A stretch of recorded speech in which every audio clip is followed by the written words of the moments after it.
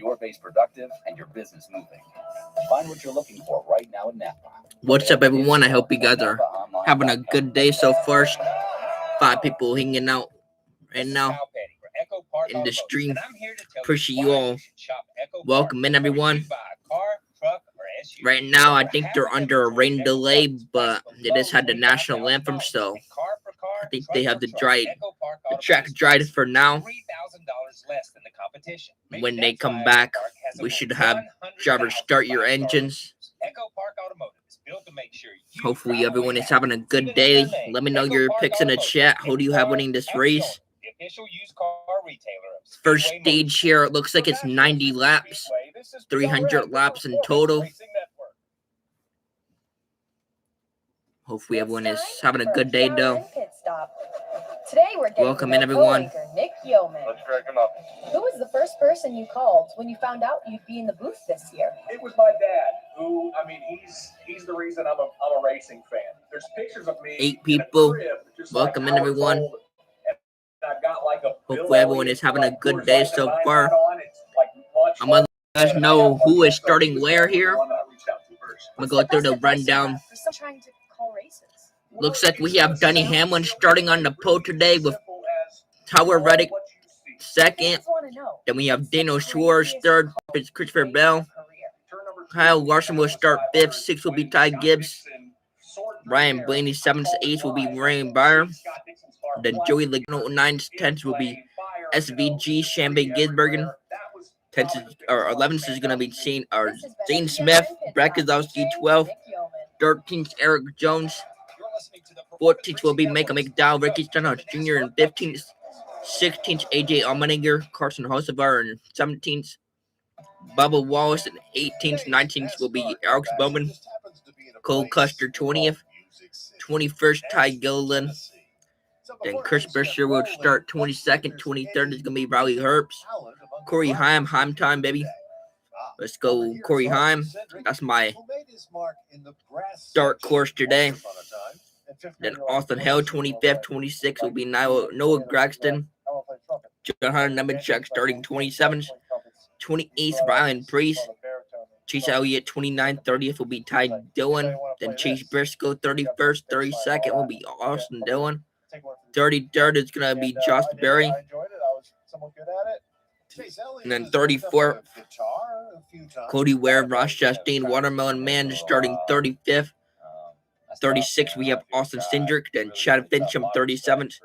38th, to round out the field, we have Connor Zolich. 38 car field for Nashville Superspeedway today. Again, first stage here is 90 laps, 300 laps in total today. So hopefully you guys enjoy. I'll have the leaderboard and stuff up for you guys, so you guys can hear what's going on with the race. Let me know your picks in the chat, guys. Who do you have winning this race? Should be a pretty good race here. Ryan Blaney, do you play an instrument? I don't. I think I tried to learn how to play guitar during, like, when I was younger. I think there will be definitely some good battles today. Tire wear should come into play when it's halfway. The halfway mark, people should be getting tire wear. We'll see a lot of pit stops today, I think. A lot of tired strategies. I could hit the gong or something, like cowbell, more cowbell. And yeah. Be your singer. Well, hopefully everyone is having a good Sunday. Would be music to someone's ears, and that's the song we're about to sing. Let me know your picks in the chat, guys. Who do you have winning this race? Again, my dark horse to win this race is gonna be Corey Heim time. And then I'm gonna go with SVG to win it today. Why not? He's starting 10th. Pretty good race for a road course. Picking SVG to pick up the guitar today. And then I'm gonna pick Corey Heim as my dark horse. But yeah, guys, let me know your picks in the chat. Who do you have winning this race? I've been very fortunate, and my mom was actually a music teacher. Hopefully everyone is having a great night so far. 10 people here already. welcome in. If you're new to the channel, make sure to hit that like button and subscribe. We're on the road to 3,000 subscribers. Alright, I'm gonna switch it over to PRN now for you guys. Just G, C, and D. You can play about, I don't know, 1,000 different songs. So, I mean, all you got to do is figure out just how to make 3 chords, and you can play a lot of music. Now, I heard Bubba Wallace talking about playing the piano. Bubba is a great drummer. Yeah. No. I mean, he's a quality drummer. We invited him many times, or Randy Pepper, myself, invited him to play drums with us with the Pit Road Pickers, and we never were able to line it up, so to speak. And by the way, shout out to our drummer, Fat Boy's recovering for some surgery that he had. So I want to say that to him. But music is great. And when you come to Nashville, you think about NASCAR, boys, you just can see Marty Robbins. Driving that race car back in the day. I actually saw Marty Robbins drive the car at the Nashville Fairgrounds. No kidding. Oh, yeah. That is fantastic. And in Atlanta, by the way. So I'm in Atlanta, too. Oh, that is awesome. Hey, look, Nashville Superspeedway is awesome. Would love to also go to Fairground Speedway there in downtown Nashville. That would be a great thing as well. The wonderful thing about NASCAR coming to town is an amazing economic impact. And that economic impact comes from people from out of town, such as ourselves. We don't live in Nashville. We come here, we go to the restaurants, we book hotel rooms, we buy gas, we do a lot of other cool things, and we just generally have a great time. And, really love what the sport is able to offer and bring to every single community, plus the amazing amount of awesomeness in entertainment. Yeah, and this is an incredible city and an incredible area that has absolutely boomed, Brad, in the last 10 years. I know when the Cup Series, came back to Nashville Series, or came for the first time 5 years ago, a lot of people were like, that's interesting, because it was such a staple for the NASCAR O'Reilly Auto Parts Series and the Truck Series for so many years. And people thought, well, Cup Series coming to Nashville Superspeedway. But this area has blown up. Pat, there's been people moving to Nashville left and right over the last decade. This is a market that NASCAR values, and I think we have seen by the amount of fans that have shown up this weekend and the enthusiasm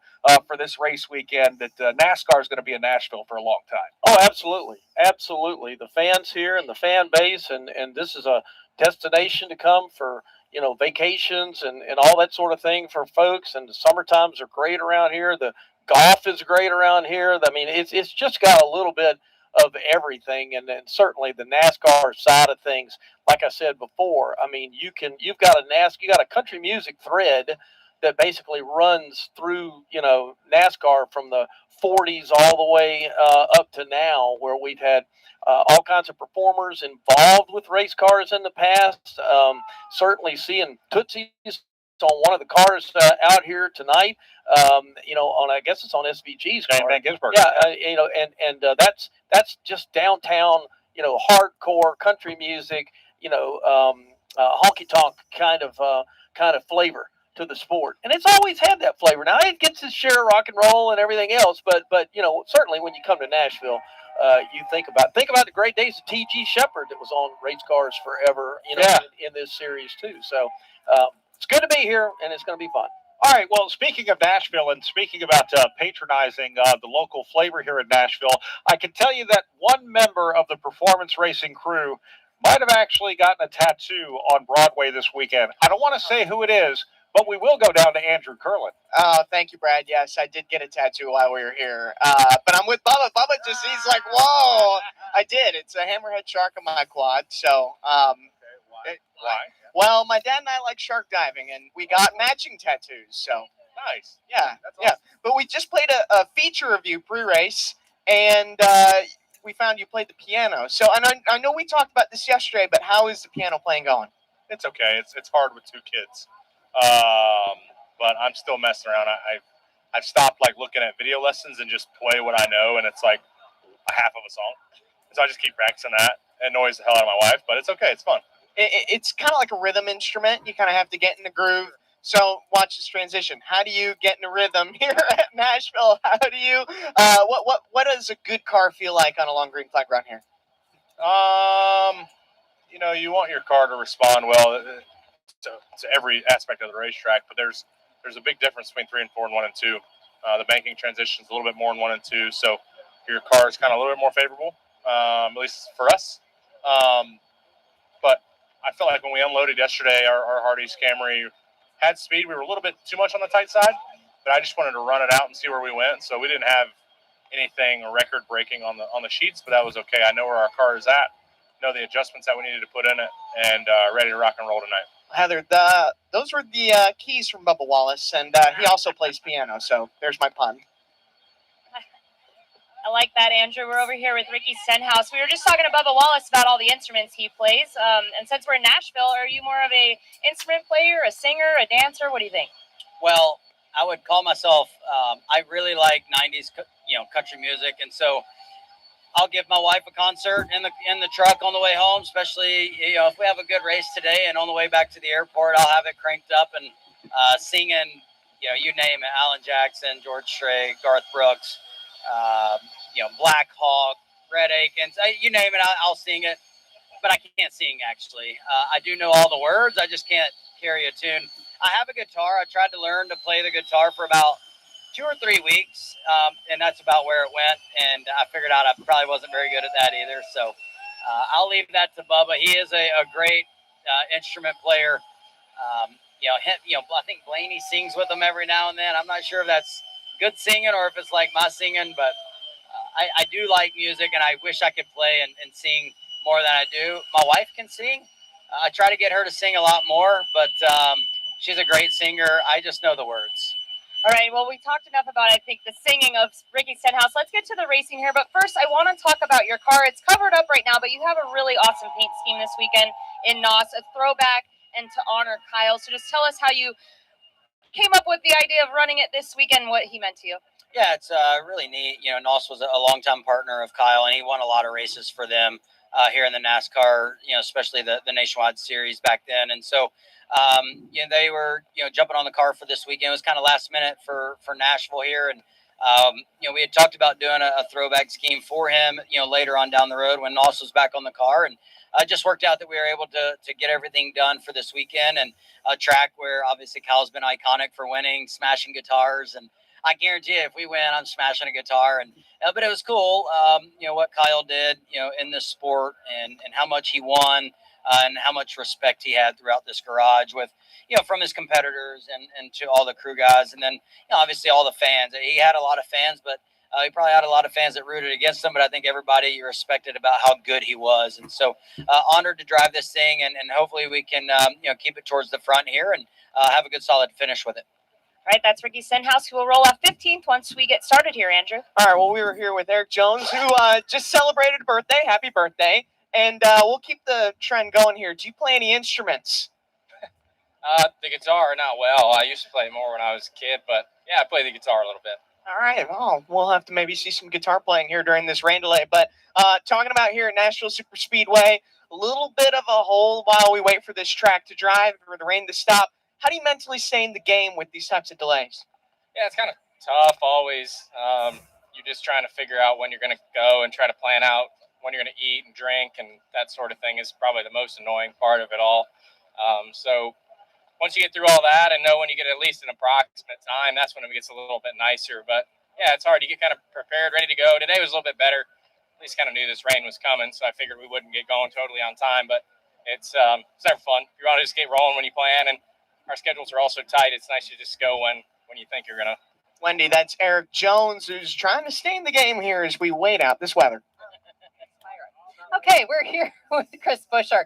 We were just commenting because thank you to Travis Young, who gave me an umbrella to keep my equipment dry. That's the reason, to keep the equipment dry. Chris, what are we expecting here? You did not have an umbrella, so now we're both dry under this Spira umbrella, so thanks to them. Yeah, that makes it. Travis is good people, so it all checks out. But yeah, that was this is unfortunate at the moment, but I think I see blue skies. It's just not moving, so a little delay. It'll be okay. We'll be ready to rock and roll from 22nd here. Got a work cut out for us with our Castrol Mustang for this evening, but I felt like practice is pretty decent, and it's a fun racetrack. It's moved around a lot in the other 2 races for the weekend.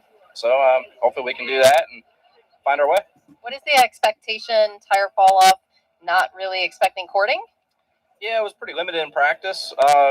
I don't know if it's the resin or just the amount of rubber on the racetrack from the other series or what, but didn't see much of that, and didn't have much fall off overall in practice, even with it being 45 minutes. So I think that'll open up several different strategy options as we go through the day and see some movers with that, I hope, because that's what we certainly need today.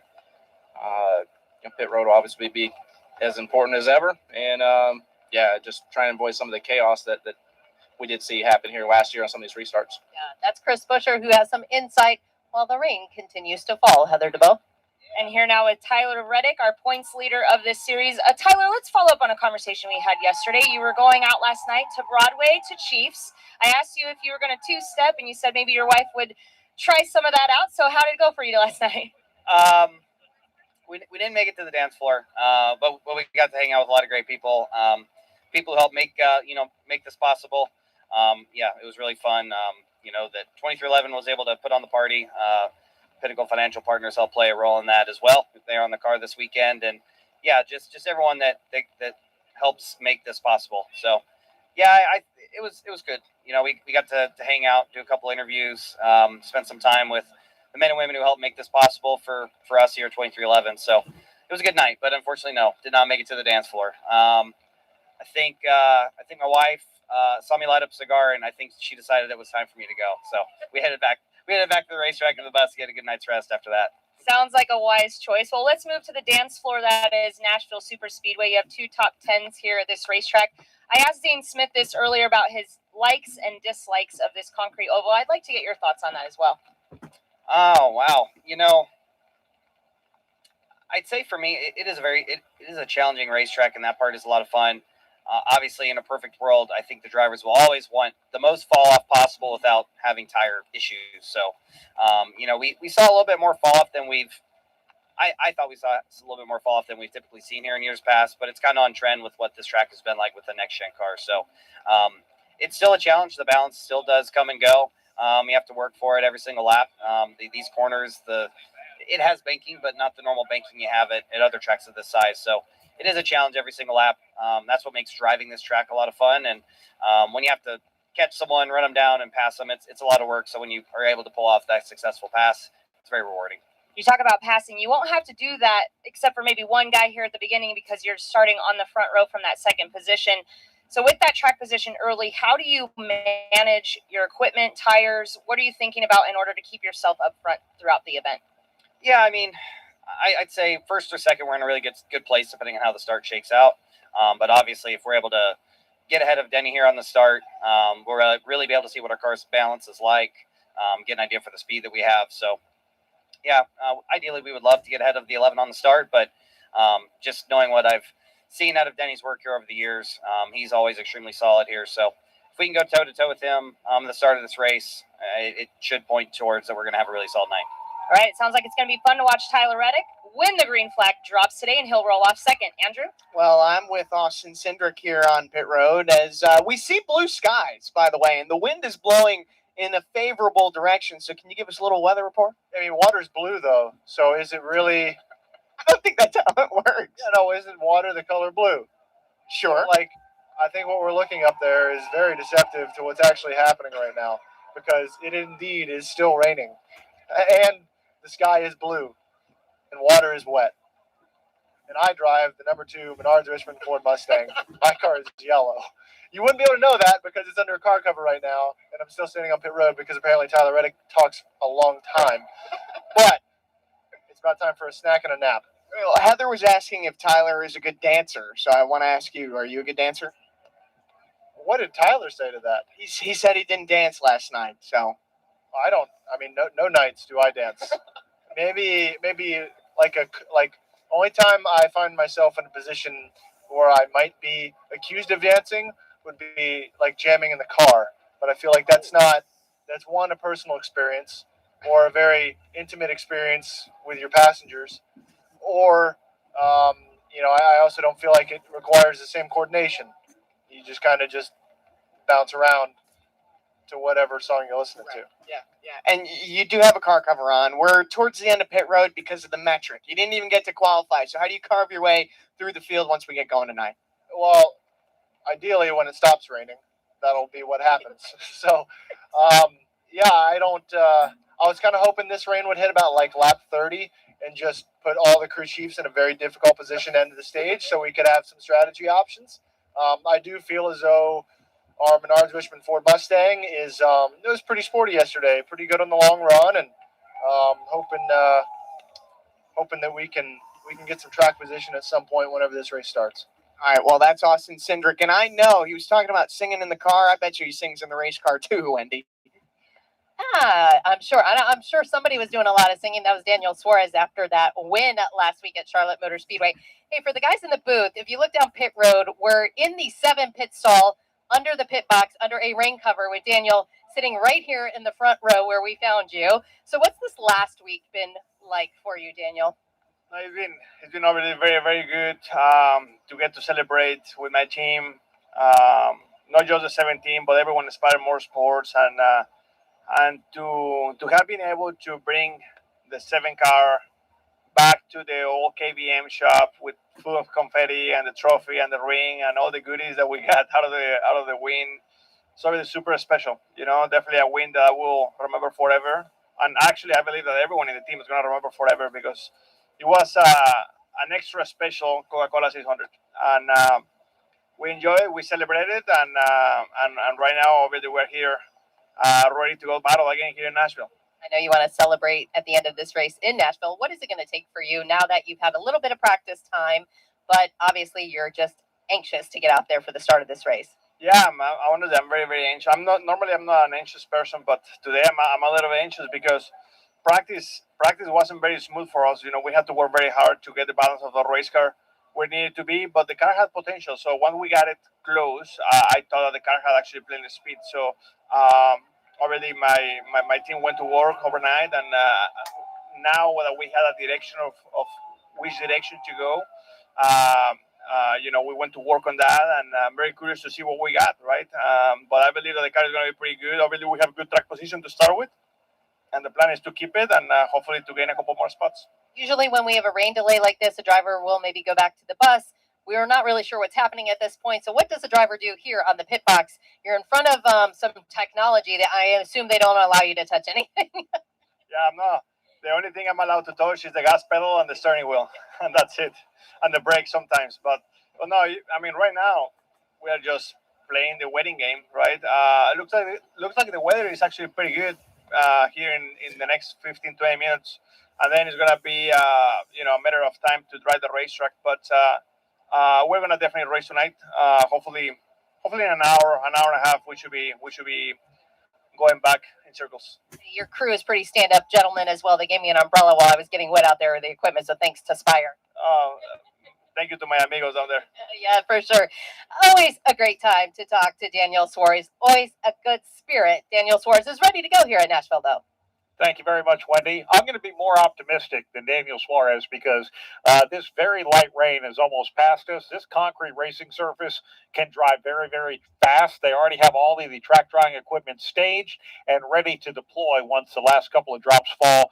Probably here within the next 5 to 10 minutes or so, Nick. They're all nose to tail on the back stretch, separated evenly by about a car length. I'm just trying to get into I like that. That's good. That's good. I like that. Keep going. Trying to get into the groove, Pat, as they set up for turn number 3. They're going to hug the bottom and wrap the apron. But, and I think the interesting thing here, Pat, is everybody knew this was probably going to be a possibility. Here, drivers talk about all the time about how when a pop-up storm happens or something that's unexpected, it can throw these drivers off their rhythm. But I think you heard from a couple drivers talk about, we knew this was probably going to be a possibility. This was right about when the rain was going to come in. And ultimately, why we stay optimistic is we've looked at the forecast, and we look like the skies are very clear throughout the night. So we're going to get racing in. 100%. It will. And all of those guys down there that we just heard from, they all have been through this and, over and over and over. They'll get their minds right. They sit down in those cars and get the winning this up, and away they go. So there's no question that we're going to race here in just a little while. All right, well, let's go down to Heather DeBow. And we talked earlier on my pit road preview about Kyle Larson and numerology surrounding the number 5. I just filled him in on all the stats. One of them was that you have 5 wins on concrete ovals, 3 at Bristol, 1 at Dover, and of course 1 here at Nashville. And then those stats I told you, did any of those surprise you, or did you know all of them? No, I mean, I knew that I'd finished top 10 in all the races. I guess I didn't realize it was 5. And then you said average finish of 5 points something. So yeah, that was surprising, but average running positions probably more around 25. But hopefully today goes good and we can get the 5 into victory lane from 5th. So yeah, we'll see. But that's pretty crazy stats. I appreciate you joining us on that numerology journey that we were going. But you spoke in the media center just kind of how you felt like all the ingredients are there for you and your team. The pieces are falling together. Do you feel like you're on the verge of everything clicking right now to get you guys back to that winning performance that you're used to? Yeah, I mean, I don't know. I think there's some weekends where I feel like we're really close, and then other weekends where it's like, oh my gosh, we're so far from winning. So I think that just shows like how tough our series is and how competitive it is. And then you look at like the Toyotas, I think they're just a little bit better, but they can stand out so much. So no, I mean, I feel like we're ways off of them still, but I think the good thing is they are ahead of us and we're fighting and searching to get better. And I know that eventually we will.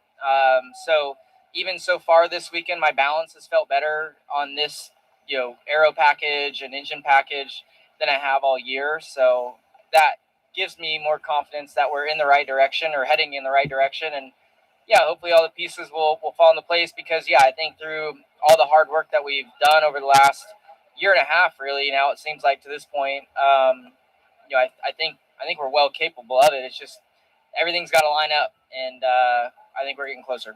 I think sometimes just having some good luck on your side is what you need. And something really fun happened recently. Your daughter, Audrey, she got her first win. She did the Kyle Busch bow and everything. What was that moment like for you just to kind of see her accomplish that goal for the first time? Well, it actually wasn't her first win. I know the post that you're talking about. She's actually won a handful of races. She's done a good job this year, but it was really awesome to have see her do the bow. That was all her idea. Earlier in the week, she raced on Tuesday night at Millbridge, and on the way there, she's like, "Hey, if I win, I should do the bow for Kyle." And I was super happy that she thought of that. And then the next night, she ended up winning. She did it, and that was cool to pay tribute to Kyle. It's just it makes me proud to see that the kids kind of understand the situation and are doing their part to support their family and also pay tribute to Kyle. And Kyle Busch referred to you in a joking but loving way as Tiny Kyle. So maybe we'll see Tiny Kyle go to victory lane from that 5th position today, guys. All right, thank you very much, Heather. What a great story as well. And that was really special to see Kyle Larson and Caitlin Larson's daughter, Audrey, get that win and do the bow as a tribute to Kyle Busch. Yeah, I mean, it's just the outpouring of emotion and respect for Kyle and to his wife, Samantha, and their kids and everything has been, I think, just so refreshing to see during such a tough time in this sport. And to see it extend all the way down to the kids, it tells you. I think it's a real badge of honor for a guy like Kyle Larson to know that, he's raising 2, make it 3 now, pretty good ones that they're already thinking of that mindset. I thought that was very cool. Yeah, very special for sure. We're getting very close to deploying track drying equipment here at Nashville Superspeedway, and we will come back as we get set for the Cracker Barrel 400. Coca-Cola. For the big, for the small, the short and the tall. Peacemakers, risk takers. For the optimists, pessimists. For long distance love. For introverts and extroverts. The thinkers and the doers. For old friends and new. Coca-Cola. For everyone. Pick up some Coca-Cola at a store near you. Progressive knows that boat days can come with unexpected problems. Oh no, I dropped my lip balm in the water. I can't think of anything worse than the looming threat of potentially having chapped lips. It was ginger vanilla too, my favorite flavor. If a real problem comes along, your boat's protected 24/7 with Progressive, so you can keep worrying about boater problems. Progressive Casualty Insurance Company and Affiliates, not available in D.C. From the Nashville Superspeedway, this is PRN, the Performance Racing Network. These cars are about to fire it off in anger. Boy, what a save! We got cars sideways. It's Christopher Bell. He spins and collects a couple cars side by side. Austin Cindric has him at the line, and he will take the lead into one. Here comes Shane Van Gisbergen on the bottom. He's looking for second. Oh, it's a multi-car accident. I want to say 15, 20 cars. Guys, that took out about 2/3 of the field. We have a fight on pit road between two crew guys. One of them is with Ty Gibbs. One is with Brad Keselowski. Blaney, bottom of the racetrack. Chastain makes it 3 wide. He'd like to take a spot here on the backstretch, and he charges. He wants the lead in turn 3. Ross Chastain shot at a mechanic from the 6th starting spot. He has already moved up to 2nd. The battle now for 3rd on the high side. Kyle Larson, Riley Herbst challenging low. Kyle Larson moves up to the top side, going to lose a little bit of ground. This is PRN. You're listening to the Performance Racing Network's live coverage of the NASCAR Cup Series.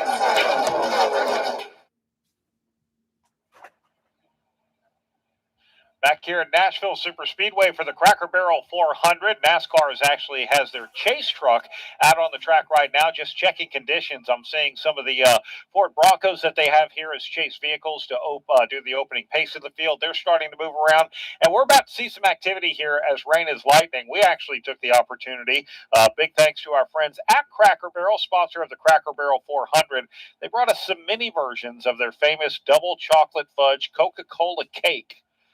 And I'm pretty sure, Nick, if you want some more, you're going to have to get up there soon. I've limited myself to one. We'll probably dip into it and get a second one at the midway point of the race. And then maybe we'll have a bit of a nightcap when we drop the checkered flag for a 3rd. But I'm going to pace myself. But, yeah, really appreciate the folks at Cracker Barrel bringing some treats here to the PRN broadcast booth. And certainly appreciate them as the title sponsor of this event here at the Nashville Superspeedway. Yeah, a lot of cool things. And what a great sponsorship. And I do want to talk a little bit more about Cracker Barrel. We mentioned that in the fan zone, week in and week out, their sponsorship goes well beyond Nashville Superspeedway. And it doesn't matter if you're at Texas, coming up here at, say, North Wilkesboro Speedway. We go back to Echo Park Speedway in Atlanta, New Hampshire Motor Speedway coming up a little bit later on this summer. They have just an amazing setup in the fan zone with lots of great live music and interviews. In fact, I saw John Roberts and Jose Castillo out there earlier doing a Speedway Children's Charities auction, driver Q&As, and a lot of really cool things. And they have a pretty amazing display that they take to the track that also tells the history of Cracker Barrel as well. So as you can tell, I'm already thinking about dinner, breakfast, lunch, all of that. And the beauty is, no matter where you go in this country, at just about every interstate exit, you're going to find a Cracker Barrel. I mean, they are absolutely everywhere. So, yeah, it's a great activation, and it's cool to see a lot of fans in the fan zone. And we do have a lot of people. Grandstands really haven't cleared because we don't have necessarily severe weather in the area. It's just been some light rain that has saturated the racetrack. But certainly, I'm sure that fan zone's probably going to get a little workout here, Brad, over the next 30 minutes. I love that. Looking at the radar, this is pretty much now beyond us. And the great thing is it's still light here in Nashville. Even though the lights are on, we are still under daylight. Yesterday, most of the track dried naturally within about 30 minutes or so as we got set for practice for the NASCAR Cup Series. They had 45 minutes of that. Christopher Bell was the fastest overall. Ross Chastain was second quick overall, but he was the fastest over a long run. I think Ross Chastain's going to need that longer run because he starts 35th after having that crash in the Coca-Cola 600 when he worked his way up high on the racetrack coming off of turn number 2, and Ricky Stenhouse Jr. had a head of steam behind him in that lane, and unfortunately they touched bumpers and Chastain got the short end of that one. But hey, look, we've watched him come from the back before to win like he did last year in the Coca-Cola 600. Yeah, he can certainly do it. He's a guy that knows how to get up on the wheel and certainly attack the racetrack, and that's what it's going to take when we drop the green flag. You're going to see drivers get super aggressive and navigate this racetrack for 300 laps with those stage breaks at lap 95, 185, and then ultimately at the end of the race. So a lot of time for a guy like Ross Chastain to work his way up through the field. And Pat, we anticipate, based on what we've seen over the last couple days, that this racetrack's going to widen out, and with the resin and the new package with the high horsepower and the low downforce, I think we're pretty optimistic that we're going to see some cars get side by side because they did get plenty racy in both the Truck Series race Friday night and the O'Reilly race last night. Yeah, you know, the stat that jumped off the page to me this morning, Nick, doing my show, was I looked at the number of caution flags in the O'Reilly race last night.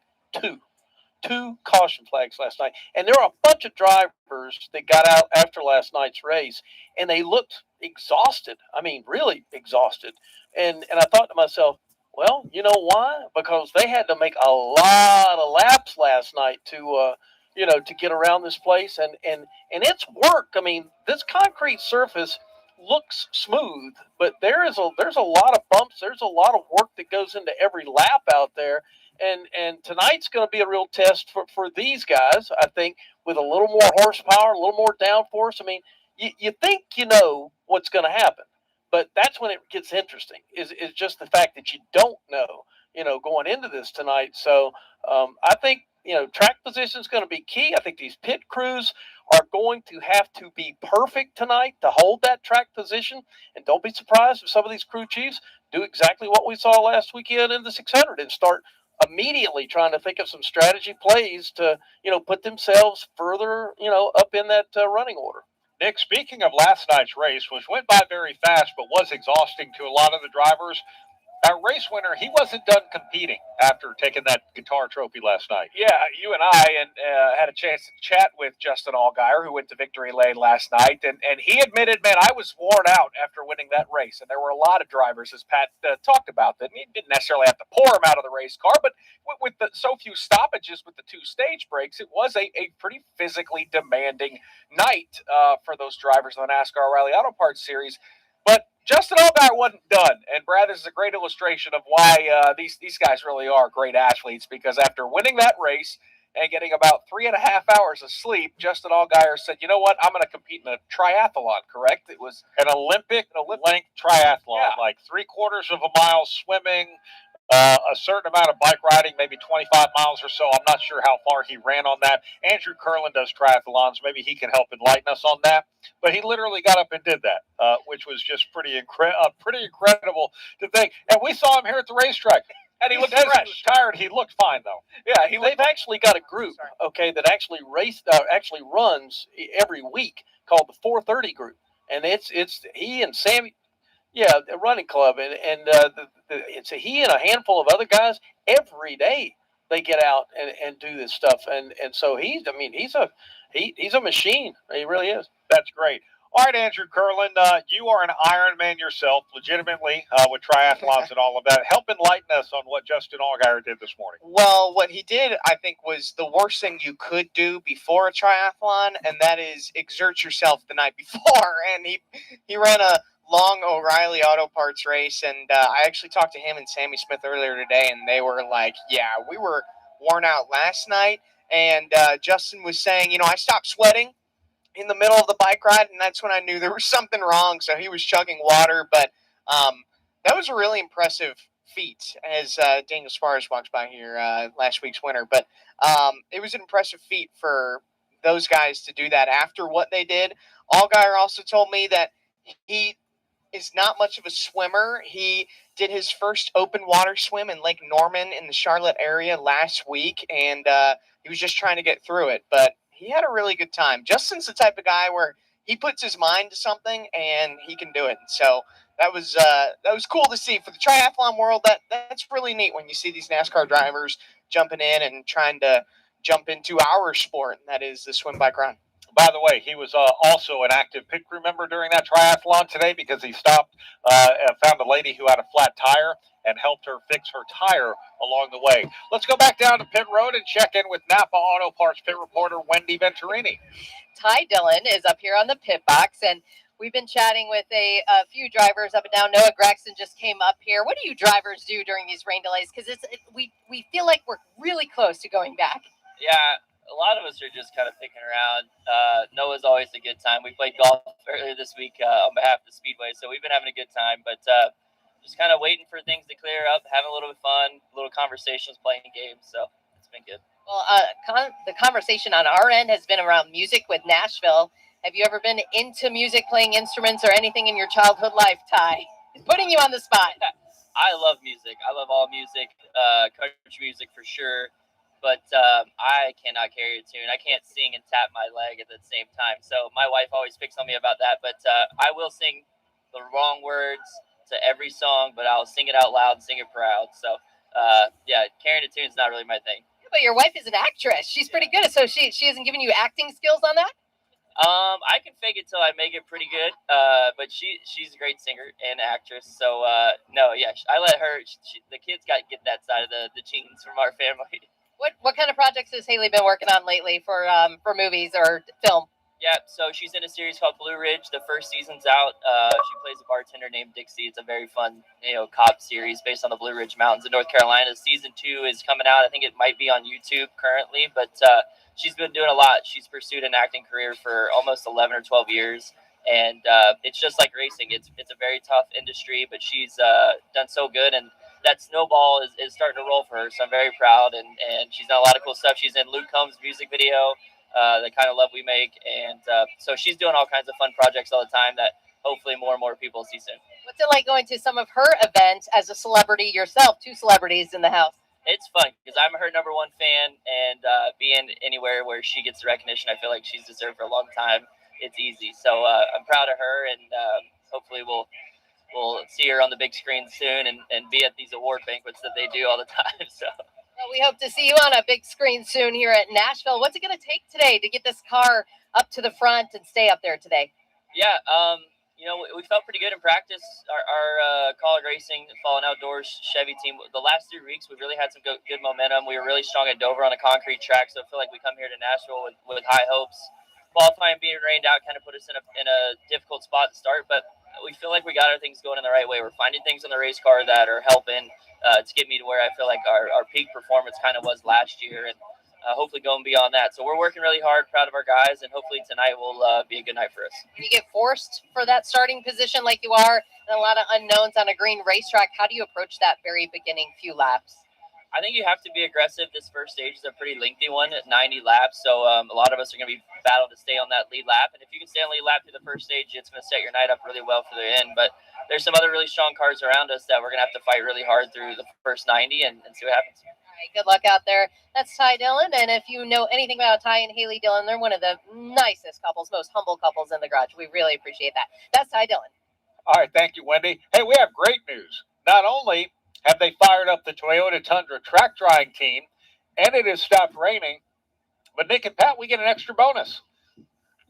What's that big yellow thing over top of turn number 4? I think that's the sun that's just peeked out, Pat. I didn't have that in the cards. Mother Nature does love auto racing. Yes, she's does. Proving it right now. She's on the way to help dry this track right now, Brad, so that we can get busy with this tonight. But that is a welcome sight to see. It is a welcome sight, and it was great. When Wendy was talking with Ty Dillon, if you heard the fans start cheering all of a sudden, it is because they literally fired up the Toyota Tundra track drying team. They are the first line in the track drying. What they do is they actually blow the surface water off of the racetrack, off of the apron, off of pit road. In fact, some of them are working on the acceleration lane, which is at the exit of pit road. Some of them are actually starting to work on the racetrack itself. Once they blow that water off the surface, then we get the jet dryers, we get the Suburban propane dryers, we get the Elgin sweepers, and all of those things out there to now dry the surface once they brush the water off the top of it. Man, with the sun shining on this one, I'm looking forward to getting a green flag in short order. And I think the cool thing is, Brad, you and I have talked about it throughout the course of this weekend. It's not just the Nashville Superspeedway effort as well, right? I mean, you got track sweepers and personnel from all of the SMI tracks that come on these race weekends to help out. So they've got plenty of equipment down there that's going to expedite and speed up this process for us so that all these race fans here in Lebanon, Tennessee can see a race. So I'm looking at the jet dryers that I can see. They're just sitting there staged at the entrance of turn 3. We've got Dover Motor Speedway. We have Texas Motor Speedway. We have Charlotte Motor Speedway. Nashville has their own dryers. We've got a bunch of them out there. And then this doesn't even just go with Speedway Motorsports tracks, or it doesn't just go with NASCAR tracks. It's not unusual to see maybe a Charlotte or an Echo Park Speedway jet dryer at Talladega, or vice versa, a Darlington dryer at Charlotte Motor Speedway, or vice versa. And it's a great thing that they do. You know, there are only so many jet dryers that make sense for one track to have. So when you have races, you take multiple tracks and you say, come on, we're all one big family and we're in this together, which is great. Looking down on pit road, by the way, there are crew members playing football. There's also a driver doing that. Connor Zilich out there tossing the ball around a little bit, I think. And he's looks like he's got good form. And that was the thing, because I'm always interested when I watch race car drivers when they go out and throw a ceremonial first pitch in a baseball game or throwing a football around. sometimes, Brad, it can be a little iffy. Some of these guys can't throw, but Connor Zilisch appears. Well, 1 second, guys. Sorry about that. Give me 1 second. Not sure why that happened, but give me 1 second here. Get that back up for you guys. It does that once in every while. Not sure why, but get this back up for you guys. Sorry for that.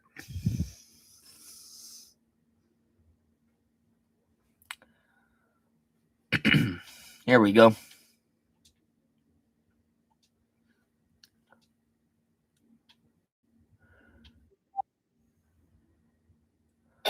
there's a lot of things I want to do in the sport. I would like to throw a green flag at one point, but the national anthem, people take for granted because we all participate in it every week in some sport, except they take for granted that's an easy song to sing. It's really not an easy song to sing, number one, and number two, to do it on pitch and do it correctly in front of, dare I say, 100,000 people. That'd be a hard. Have you ever seen the video of Olympic gold medalist sprinter Carl Lewis back in the day when he tried to sing the national anthem before an NBA game? Tried was a nice way to put that. it was rough, and then there's a clip of, I think, Charlie Steiner, who was hosting Sports Center. I mean, he absolutely lost it. It's an all-time rough performance. At the Pat's point, yeah, it's easier said than done.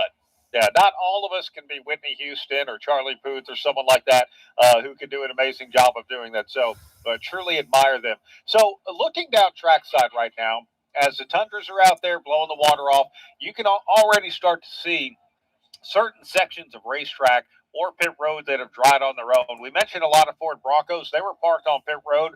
Underneath where they were parked is completely dry. And I only say that just to illustrate the fact that we had a light rain. We didn't have one that soaked everything, including underneath the cars and all of that. Now we see some jet dryers that are deploying as well, and they're going to blow some water off the racetrack, put some heat into it. And this concrete dries a whole lot faster than asphalt, which is a great thing. I can always try to judge it two different ways. One, you can do it visually by what you see on the racetrack with, how the color of the surface changes. But I also judge it based on what you see in the grandstands. And I didn't see a lot of fans head for cover when the rains and the skies opened up and it did begin to sprinkle. So that tells me that their rain wasn't very heavy as well. These hardy race fans, Pat, they're in store for a good show, and obviously they were certainly willing to sit out and experience a little sprinkling here over the last half. They come prepared. Yeah, I mean, they come prepared. They got the backpacks. They got that rain gear with them, and they're as you mentioned, they're ready to go, and they come knowing that what the weather is, just like we do as well. And I think everybody probably expected maybe a brief shower or something this afternoon. We got that, and now we got the sunshine. We got the blue skies back. We got the jet drying equipment making its way around the racetrack, and it will not take them long because there is also a little bit of a breeze blowing, I think. So that helps a bunch here as we try to do this as quickly as we possibly can to get these cars on the racetrack, because, again, getting them out there also is a sure way to get things dry in a hurry. Yeah, that is very true.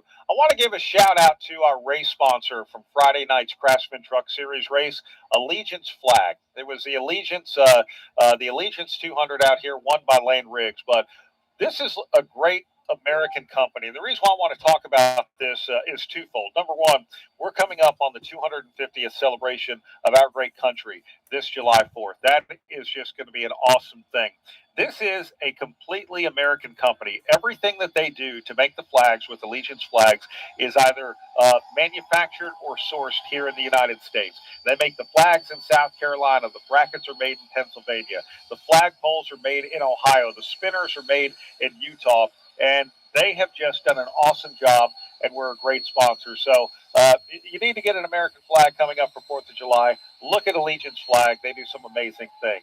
Let's go down to our Napa Auto Parts pit reporter with the Napa team, Andrew Curlin. I do. I have the Napa crew chief and Alan Gustafson for Chase Elliott. We were just talking about how quickly they seem to be drying this track. They're already seeing a lot of progress, but we've got a big race tonight, and Chase and you guys have won this before. What does it take to be successful here at Nashville?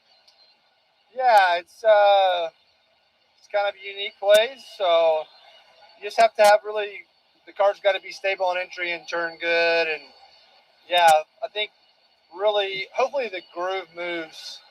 That's the biggest thing. I think if we can spread the groove out, you can run different places and have, really good drivability and maneuverability in your car that lends you a lot of options. And if not, then yeah, if you're kind of stuck to one lane, it's tough. But it's been hard to pass here the last couple of years, so I hope the 750 package is going to improve that. And of course, where we're starting, we're going to need to pass a lot of cars. So hopefully that's a little easier than it has been recently. You guys have a win on an intermediate, but talking to Chase yesterday, you guys are looking to get the train back on tracks. Just haven't had the last couple of weeks go your way with luck. So how do you guys turn that luck around? Yeah, I mean, you just got to work hard all the time, and sometimes you got to detach the results from the effort, and just keep putting the effort in, the results will come. So I'm looking forward to racing. This package, we've been working hard on the 750 package, and unfortunately, the way that the Dover race went and the crash, we got took out a little bit early and didn't have a chance to run much. So excited to get going tonight and start racing and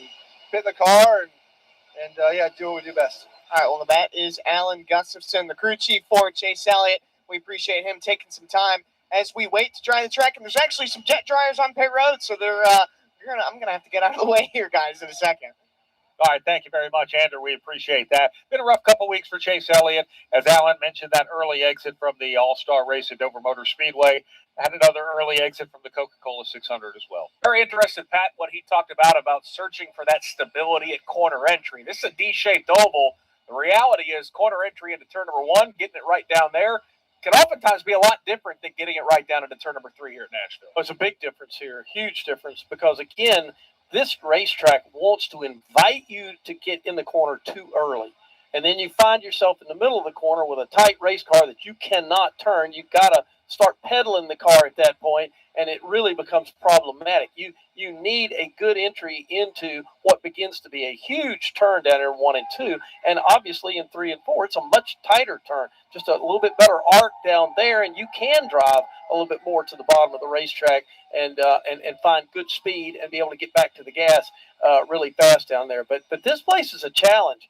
And, how these cars are going to race amongst all of them, once we get under green flag conditions, and kind of the pace that gets set by the leader is going to be a big part of seeing how tire wear is and everything else. So this place is nobody's picnic when it comes to handling any car at any race, in any one of the races we've had. Yeah, for sure. The good news is we mentioned track drying equipment's on track where the sun is shining. I'm looking in turn 3 and 4.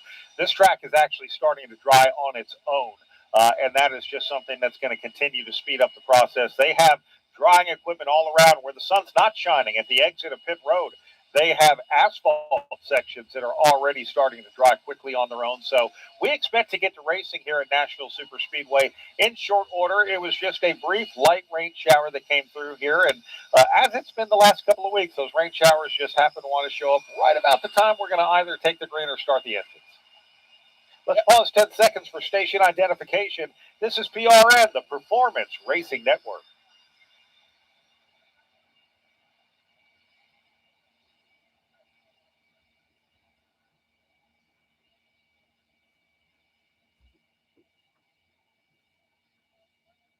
We are at the Nashville Superspeedway waiting for the green flag for the Cracker Barrel 400. Track drying efforts are underway. Let's go back to Napa Auto Parts pit reporter Wendy Venturini. Michael McDowell graciously waiting for us for this interview. Thank you, Michael.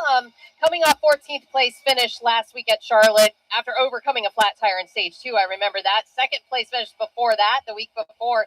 Have a little momentum on your side. How does that feel for you representing Spyro Motorsports right now? Yeah, it's good. I mean, obviously, we had a few races there where we fell behind and our teammates were running good. And so, that didn't feel nice. But the last few weeks, we've kind of got the ship back on the right track and had a couple of decent finishes and feel like we're building momentum. So it's a good time for us to do that. I mean, right now going into these next few weeks are really important with where we're at in the points and trying to close the gap a little bit. But yeah, last week was good. We had more speed than we showed. We had to, overcome that flat. We were 2 laps down. And then even on that last lap, I went from 9th to 14th. I picked the wrong lane, and it all went bad. So just got to make good decisions tonight and hopefully get this Garner Trucking Chevrolet, somewhere in the top 10 so we can fight for it. You're a veteran. You've been in this position with rain before. What are you expecting once we finally do get this track dry enough now that the covers are coming off the cars? That's a good sign. Yeah, it's a good sign. I think the only difference between what we would have had versus what we're going to have now is just that transition from day to night. I think by the time we start, we'll be pretty much shaded all the way around the racetrack. So maybe a little bit of an adjustment to fire off here and maybe not as big of a swing as we get into, the middle stages of the race. Your whole family is here. They're here every weekend, but you're on pit road. I know you're busy texting your family, so it's kind of hard for drivers to stay separated from their families during this rain delay. Yeah, rain delays, they're always so hard to navigate because you don't know how long it's going to last. You don't know whether you want to stay by the car, go back. Do you want to eat? Do you not want to eat? A lot of decisions have to be made, but it looked like it was going to be quick, which it was, and the concrete's been drying really fast this week that we've seen with, all 3 series. So I don't think it'll be too long before we get going. Any parenting advice for Joey and Brittany Logano as they're fostering 2 children? As you and Jamie are familiar with this story, having 5 children. I'm just so proud of Joey and Brittany. They're just great people, and they're doing a great thing. And it's fun to see them use their house and their platform and their opportunity to change lives. Yeah, that's pretty awesome. That's Michael McDowell. He and his wife, Jamie, are great people as well. And I know there's a lot of family stories that we cover in NASCAR, but it's really cool to see what Joey and Brittany Logano are doing right now. Yeah, very well said, Wendy Venturini, and thank you very much. We have track drying underway as we are getting set for the Cracker Barrel 400 here at Nashville Superspeedway.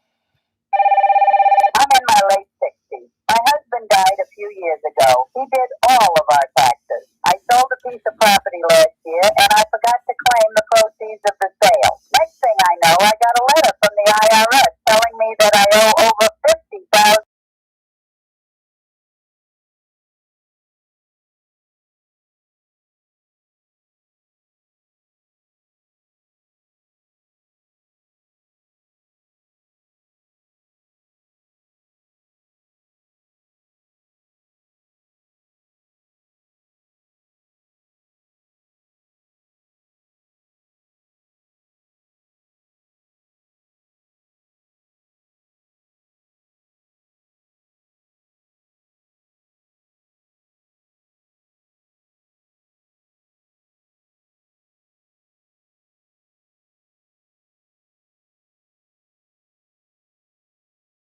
From Nashville Superspeedway, this is PRN, the Performance Racing Network.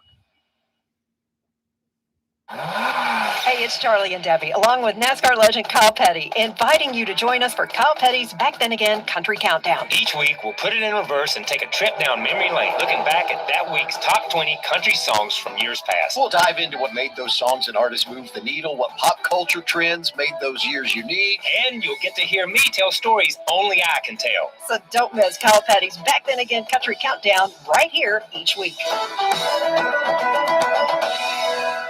Hi, this is PRN's Andrew Curlin. Weekends are the time to get stuff done. And when you're on the go, make sure you take advantage of the PRN mobile app. You can catch myself from the pits or the turns covering the action alongside our incredibly talented PRN crew. So you can listen to us from anywhere, at home, on the road, or even at the racetrack. Get the latest racing information at your fingertips by downloading the PRN mobile app today. Available in the Apple App Store or on Google Play. You're listening to the Performance Racing Network's live coverage of the NASCAR Cup Series.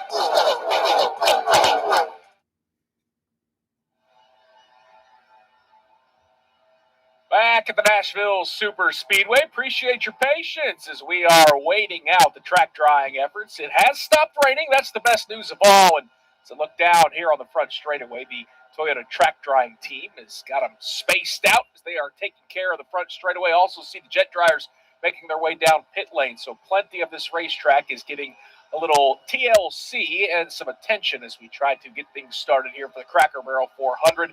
Nick Yeoman, Brad Gilley, Pat Patterson here in the PRN booth as we continue to wait things out. We're going to go racing for 400 miles tonight in the Cracker Barrel 400. It is race number 14 of this 2026 season. And Brad and I touched a little bit about this earlier in the pre-race show, we are now halfway through the regular season. So if you're a driver that's maybe on the outside of the top 16 and you're thinking about running for a championship, the sand is starting to run out of the hourglass. It's time to get going. No, there are some drivers that go into what I like to call the summer swing, because the Nashville really, for me, kicks off what I like to call the summer swing. We're here. We go up the Irish Hills of Michigan next week. It's a trip to Pocono. A couple of really challenging road courses. The one, of course, on Coronado Island. We have no idea exactly, other than it being long and a lot of really tight turns. You don't know a lot about that right now. And of course, we know we'll be in Sonoma to witness that there. But the bottom line is that if you're anywhere in that 17 to maybe 13th in the points, okay, just outside or just maybe inside a little bit. I mean, I really think, Brad, that we probably can almost solidify the top 16 drivers before we ever, get completely through the month of July. I don't know, but there may be some surprises, between here and there. But when you look at the way the points are laid out right now, and you look at where Tyler Reddick's at and start sliding back through the field, I mean, there's room for movement, but there's not a lot of room, and you're going to have to do some spectacular things if you want to go from 18th into the top 12 or 13 drivers. Best thing we have right now is the fact that stage racing is a part of this chase system. And with stage racing, that means you have an option to, or the opportunity to gain 20 extra points per race. If you get the race win, you get 15 more points than what you even did last year. That's 20 points above second place. And we've seen a lot of movement in and out of the chase standings right now. Now, there is no more winning you're in, but a win can certainly move you up quite a bit. We saw drivers move as much as 4 positions after the Coca-Cola 600, and with the sample size of 13 races, that's pretty incredible. I look forward to what the second half of the regular season brings. Now, the good news is what we're hearing from NASCAR is we are about, less than 15 minutes away from them wanting to have the command to fire engines here for the Cracker Barrel 400. We talked about just how fast this track is drying, and it is drying very, very fast. So what they're shooting for is 7:15 or so command to fire engines, and we look forward to that, or 7:25 rather, the command to fire engines. So we look forward to that. And the beauty is, Brad, you get 38 stock cars with their engines fired, turning some laps around here. That will put the finishing touches and help some of the track drying efforts as well. So that is the most positive news of all, that we are certainly getting close. And look down. Most of the cars have taken those car covers off. In fact, a few of them are coming off as we speak. So we're getting closer and closer to going racing here for the Cracker Barrel 400. And what has turned out to be, I think it's going to be a pretty nice evening for racing. As you look at the skies to the north, to the south, to the east, to the west, all around this place, there are no more threatening showers. And we are anticipating that once we get started, we are not going to be stopped other than for your typical pace slowing, stage breaks and cautions and accidents. And we certainly like talking about that stuff, Brad, more than the rain, because, partner, you have had your fill over the last week and a half here on the NASCAR calendar. Hey, look, there has been a lot of drought enders on the NASCAR schedule, which is a great thing. But the other great thing is we're going to go racing here in short order. Some of the teams have taken off their car covers. Some of them have left them on. Here in about a minute, NASCAR has told them that they will have an adjustment period. Now, we talk about impound racing, and you're like, wait a second, I thought these cars were impounded after practice yesterday, and they can't touch them. Well, they can. There are still some things they can adjust on their cars, air pressure in the tires, and things like that. And NASCAR gives them an adjustment period to be able to do that. There is an inspector at every single car watching what they're doing, making sure that they keep everything on the up and up. Of course, we've got post-race inspection. That will happen after the event as well. But these are all good signs, and that's the reason why I bring it up, because they get the adjustment period to work on their cars. They're going to have the drivers come to their cars here in just over 10 minutes, and shortly after that, we will get a command to fire engines for the Cracker Barrel 400. It's the ever-changing world of NASCAR, and certainly all these teams have been dealt curveballs before. We saw yesterday when we had some rain roll in, ultimately washed out qualifying. We saw a mad dash for these teams to get through the NASCAR tech inspection process, to get out there for an all-skate 45-minute practice session. So these teams were hustling then.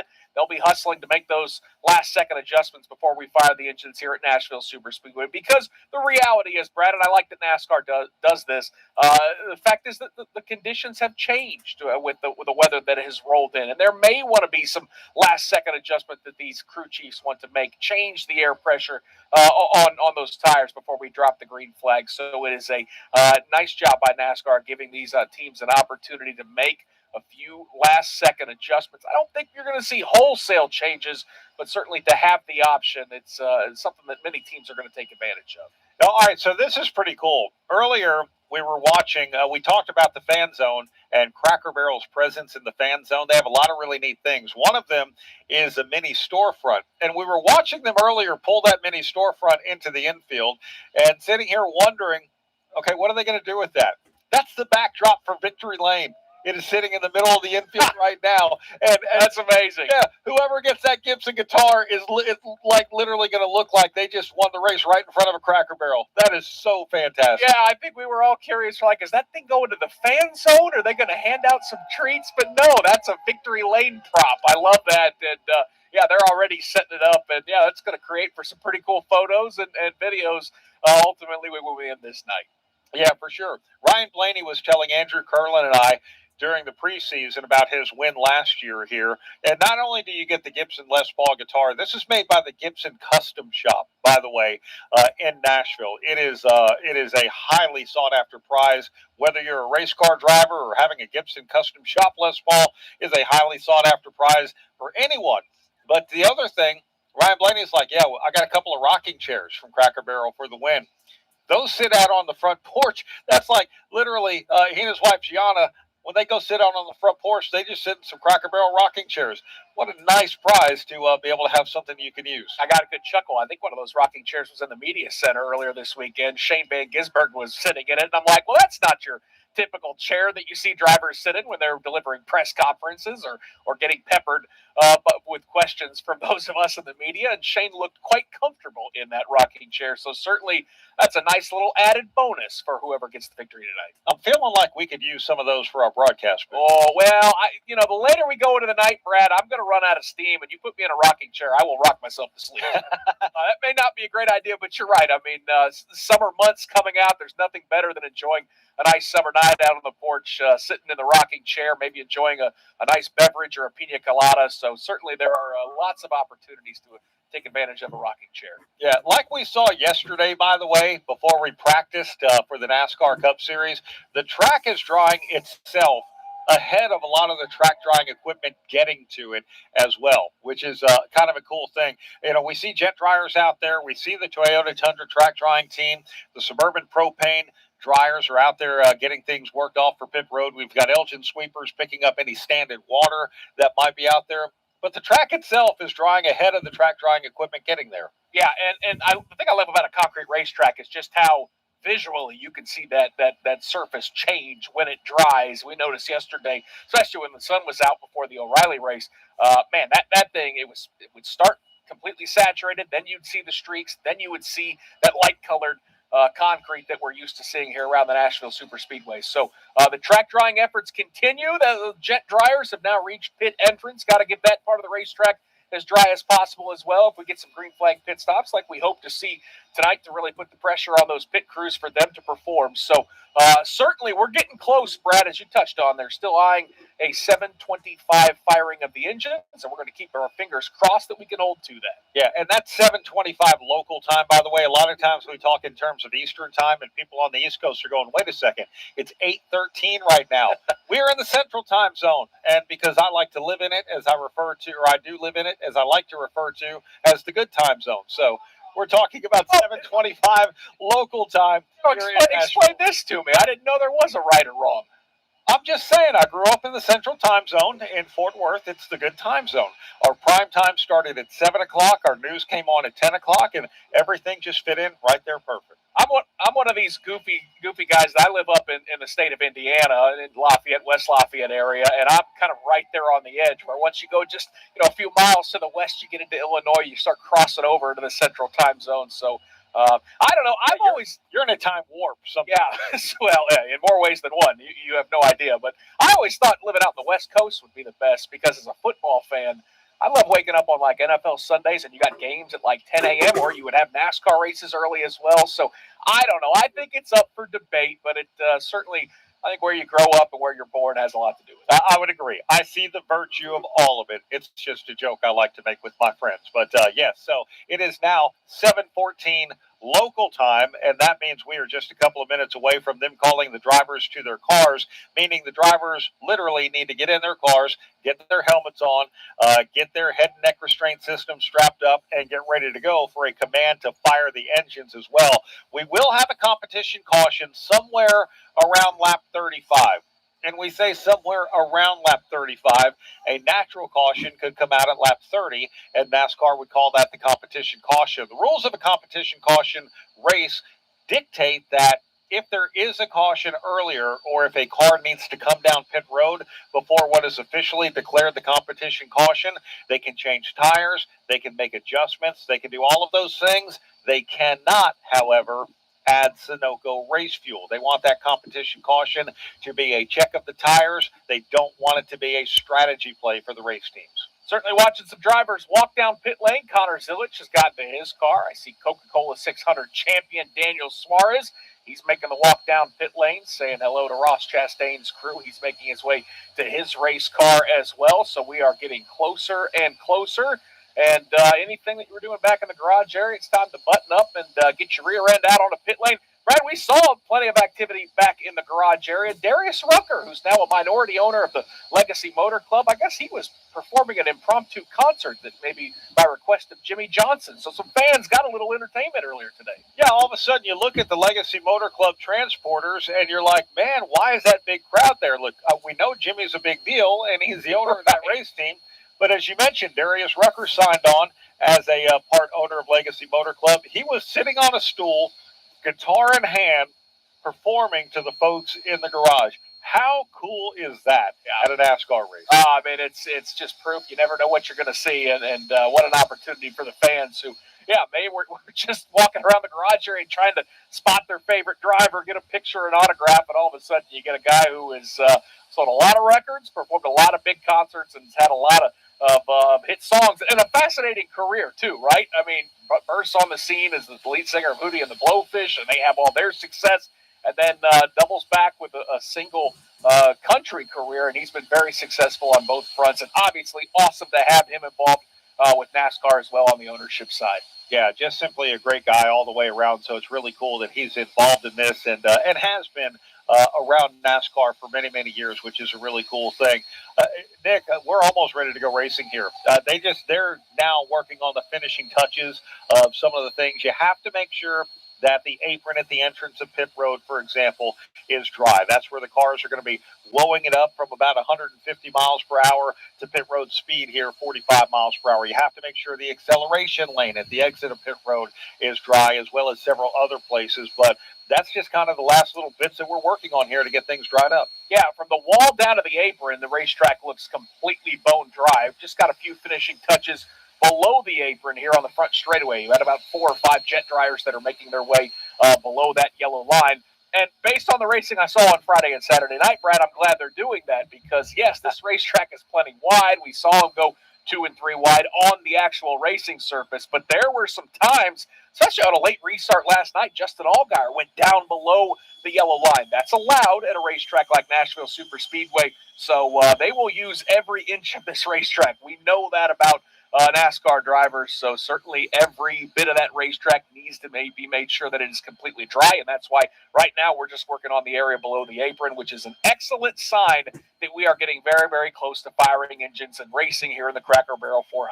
Yeah, it is a wonderful thing. We appreciate you sticking with us. We appreciate all of our affiliate radio stations as well for hanging out with us also. And, a lot of times rain comes in, we lose the racetrack, and we turn programming back to our local stations. This was one of those where we just simply don't know how fast we're going to get back to racing, and now we do. And we want to be able to hang out with you and have you hang out with us here at Nashville Superspeedway as we get set for the Cracker Barrel 400. So thank you so much to all of our affiliate radio stations out there. We're about to deliver you some awesome Racing. 300 laps around this 1.33 mile concrete oval make up the 400 miles of the Cracker Barrel 400. And man, Nick, we are kicking off the second half of the regular season here tonight. Do we find a first time for 2026 winner?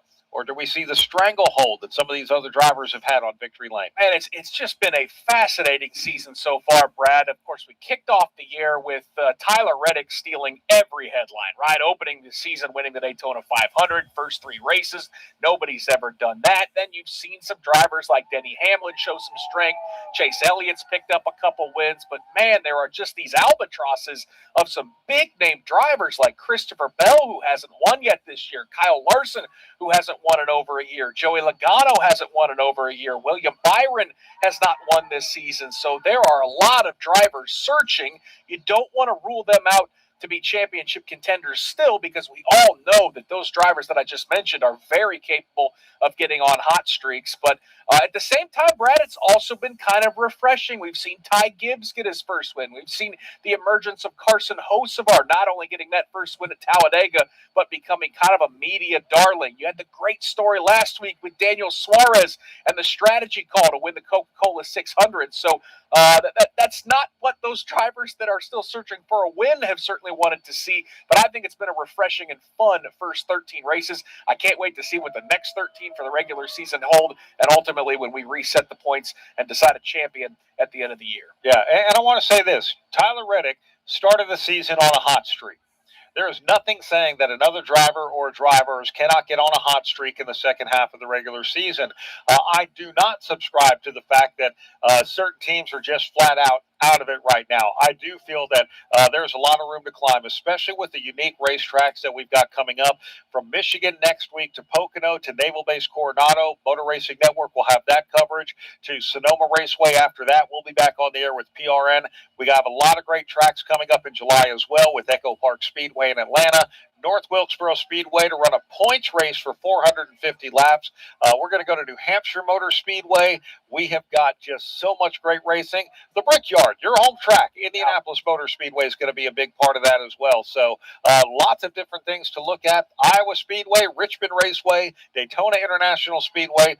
A lot of different tracks coming up over the next 13 weeks. It's a 36 race season. It is a grind. You have to earn it to be NASCAR champion. And you're absolutely right. Just because Tyler Reddick started the season strong doesn't mean that he's not capable of cooling off and going through a bit of a slump. It is always amazing how the ebbs and flows of the NASCAR season ultimately will reset the points for the top 16 with just 10 races to go. And then we'll really see who is going to hit their stride into the fall months. So it is absolutely fascinating. You mentioned some of those tracks. Obviously can't wait to head back to Indianapolis for the Brickyard. I can't wait to go to North Wilkesboro, Brad. That's a racetrack I've never been to.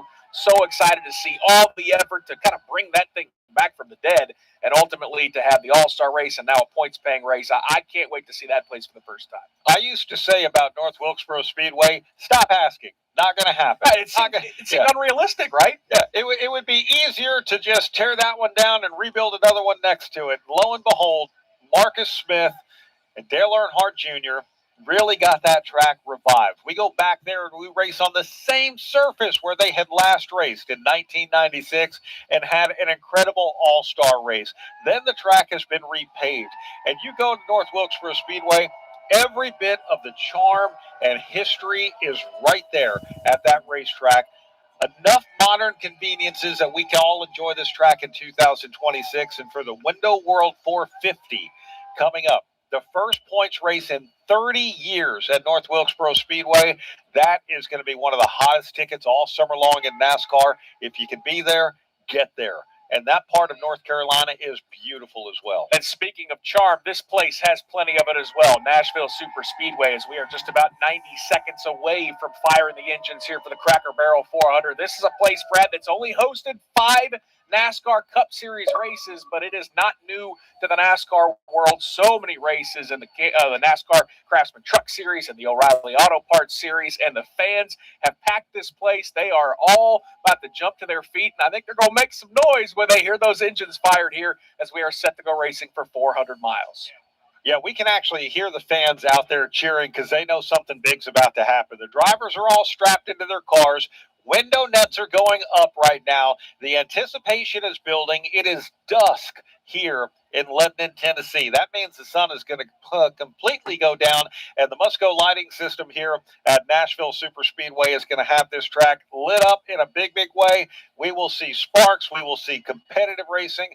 We will see everything great from the NASCAR Cup Series, and we are so glad you're joining us here on the Performance Racing Network for all of it. Looking forward to what's happening. A lot of anticipation has been building, and we'll see just how much that anticipation is going to spill over to the racetrack. Let's go trackside for the command of Fire Engines here in Nashville.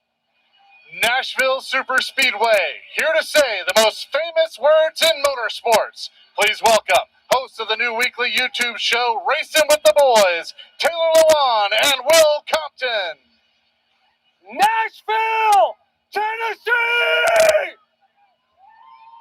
It is an honor to celebrate the 250th anniversary of this beautiful country. 50 stars, 13 bars, and these colors have never run. We are going to celebrate with 4 beautiful words. Gentlemen, start your engine!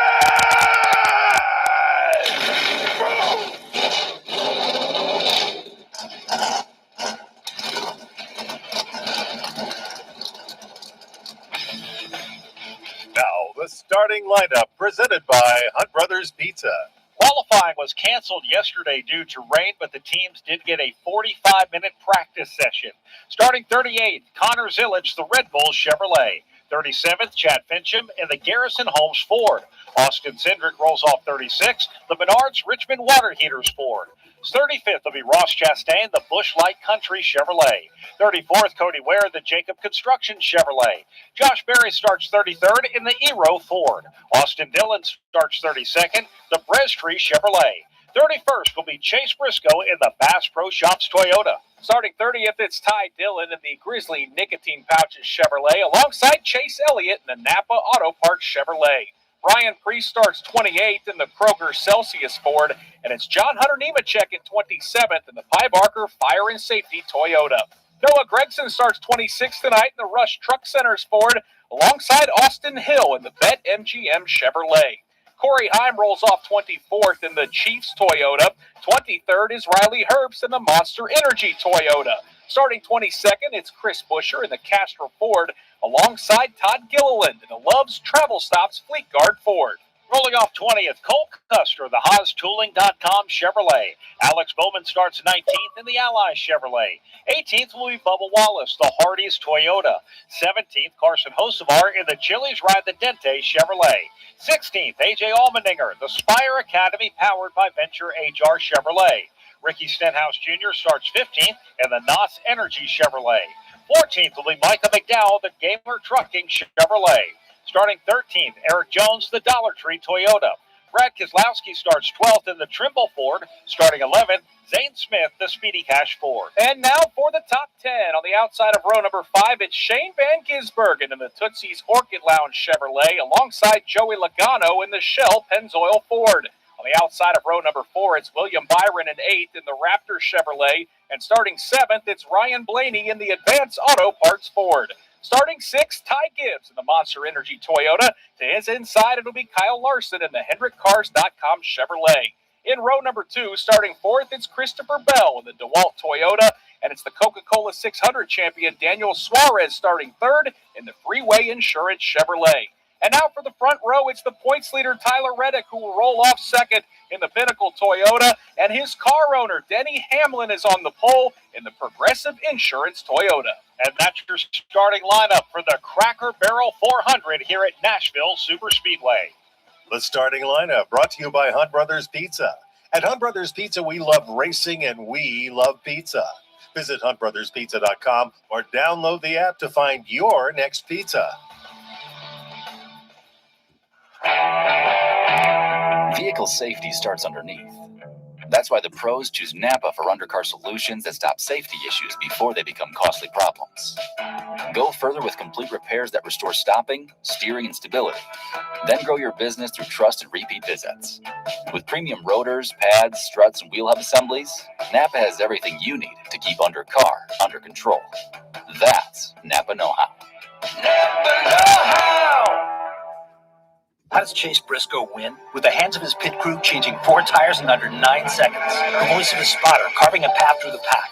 His race engineer, systems engineer, all working tirelessly to shave off a 1/10 of a second. With his team at Toyota, his crew chief, his fans, his family. It's all of this all at once at 200 miles per hour. From the moment Chase joined Toyota to the moment he ends up in victory lane. So how does Chase Briscoe win? In summary, not alone. Toyota Racing. Your race, your story. NASCAR is a registered trademark of the National Association for Stock Car Auto Racing, LLC. As the cars follow the pace car round, we're getting set for the start of the Cracker Barrel 400. We can tell you that Nashville Superspeedway has officially announced for the 4th consecutive season, the Cracker Barrel 400 is a sellout. From Nashville, this is PRN, the Performance Racing Network.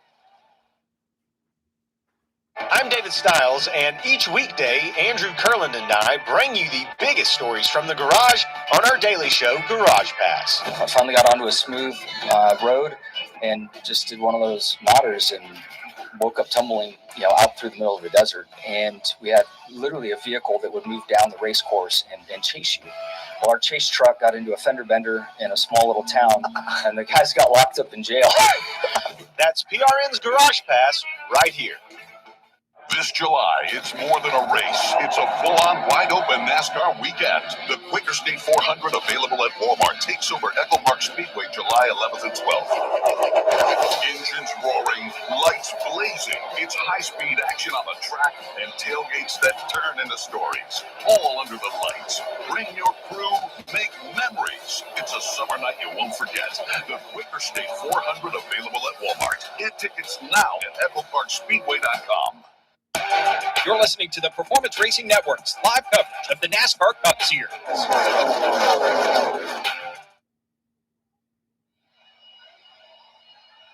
Back at Nashville Superspeedway for the Cracker Barrel 400. The field matriculating around the speedway as Brad is excited to go. I'm excited to go. Our general manager, Jerry Horn, just did an uncomfortable dance. I think he's quite ready to go as well, Brad, as we are just moments away from dropping the green flag. While we try and erase that from our minds, let's go down and check in with our Napa Auto Parts pit reporters with our Pit Road Pick, sponsored by Progressive Insurance. Keep your career moving forward with growth opportunities, great pay and benefits, and one of the country's top workplaces. Go to careers.progressive.com and apply today. Someone who definitely knows how to do some boot scooting, Heather DeBoe, you get to go first. Well, Brad, I think that at this point, I don't know if I could pick anybody else but Kyle Larson with how much I talked about that numerology following the 5 team here. They won in 2021, and he's going to put it in victory lane today to end that winless streak. Andrew Pickles Curlin, what say you? I've got the guy who's starting second today. He's already got 5 wins on the season, and he's finished top 10 the last 2 times we've been at Nashville. Give me Tyler Reddick. All right, Wendy Venturini, I know you've got the winning pick. Well, I think I'm going to pick the driver that works the boots the best in Nashville, and that is driver Carson Hocevar with his fire suit and boot combo. Finished second here last year at Nashville and has won here in the trucks back in 2023. He will get the victory today. Carson Hocevar, I like that. Well, let's go back out to our good buddy Pat Patterson calling the action from out in the turns here tonight. Pat, what are you seeing? Well, at first, I'm glad to say happy race day, everybody. Welcome to the Nashville Superspeedway, and we're just watching those cars. A beautiful sight to see them working their way through turns 3 and 4 right now. 2 groups, 2 abreast, and the lights are still on the pace car, but the track looks really good. Looks like all the drying equipment is basically secure back on the pit road. They're taking care of the pit road with the Suburban propane trucks right now. So it's a full house. I mean, this place looks great. It's a sea of color of fans out there all in here to see these Cup cars compete tonight as they come back here to the start-finish line. We got you covered out here in the turns tonight. We're going to have some fun, so y'all get ready.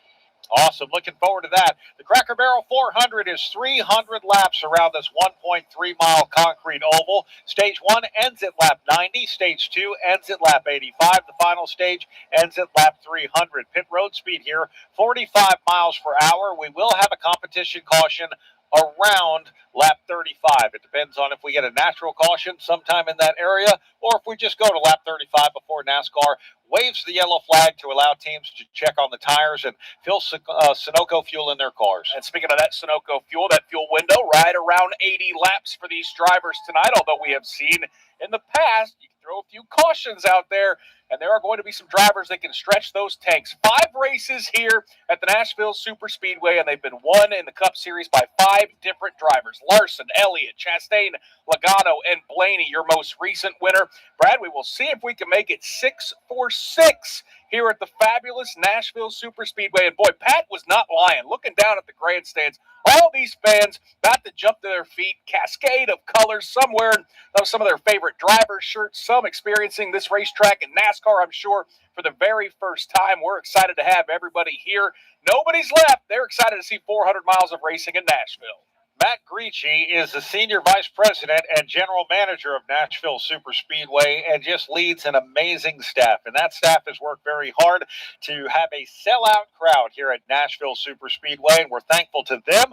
We're thankful to all the people who have shown up. We are thankful to Middle Tennessee for being great hosts for many of us who have come from all 50 states, multiple countries, to come here to Nashville and support just such a great city, a great market, and a great place that just loves NASCAR racing. You know who else I'm thankful for?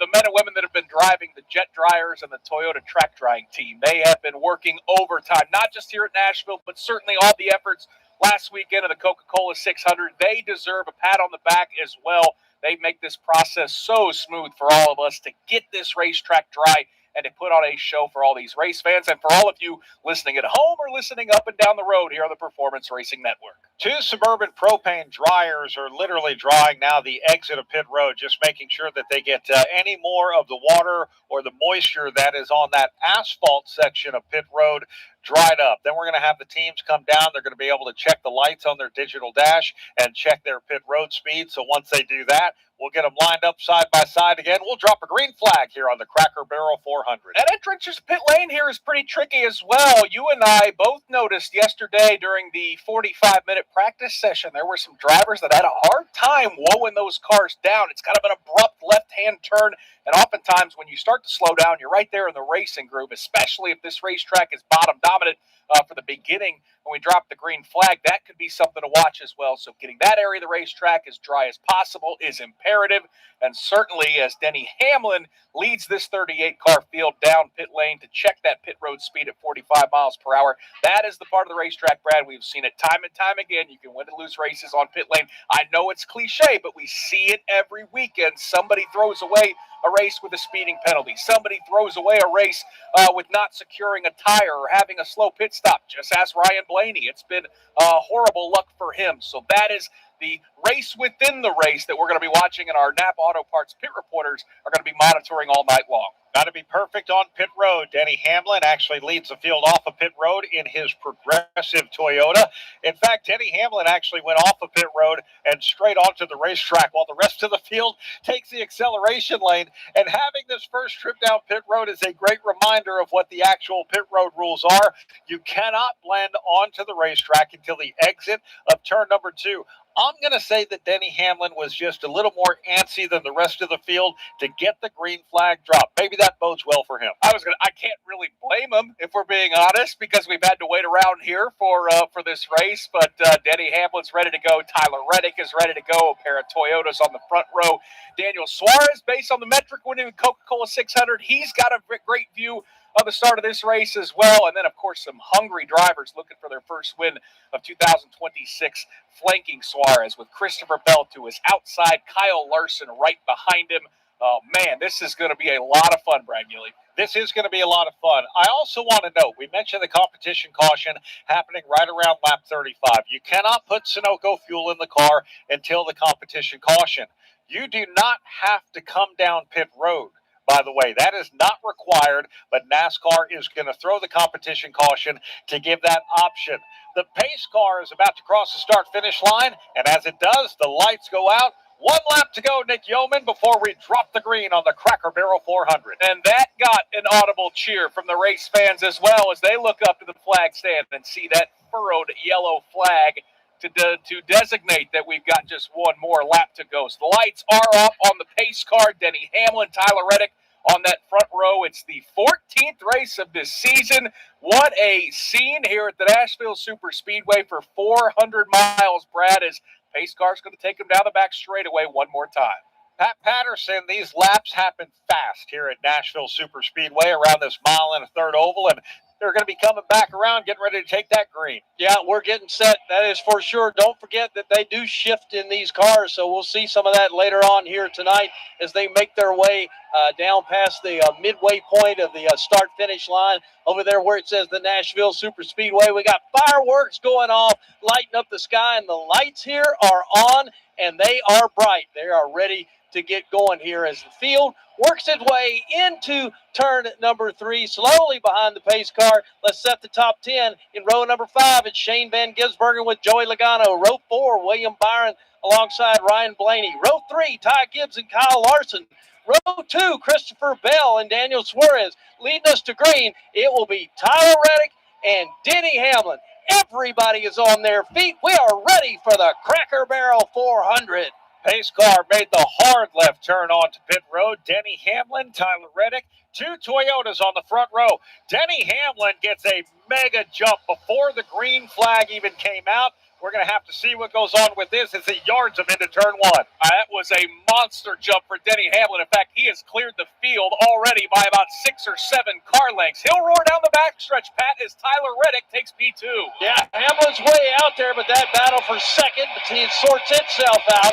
Tyler Reddick acquires that spot. Then there's Suarez. Christopher Bell working his way, trying to battle for third. Here comes Hamlin off of 4. Either Hamlin, the 11 posted start violation. Denny Hamlin from the pole has a start violation, and he will have to bring that car onto pit road 45 miles per hour to do a pass-through penalty as they head down the back straightaway. Well, we'll see how Hamlin works that one out as he is halfway down the back straightaway.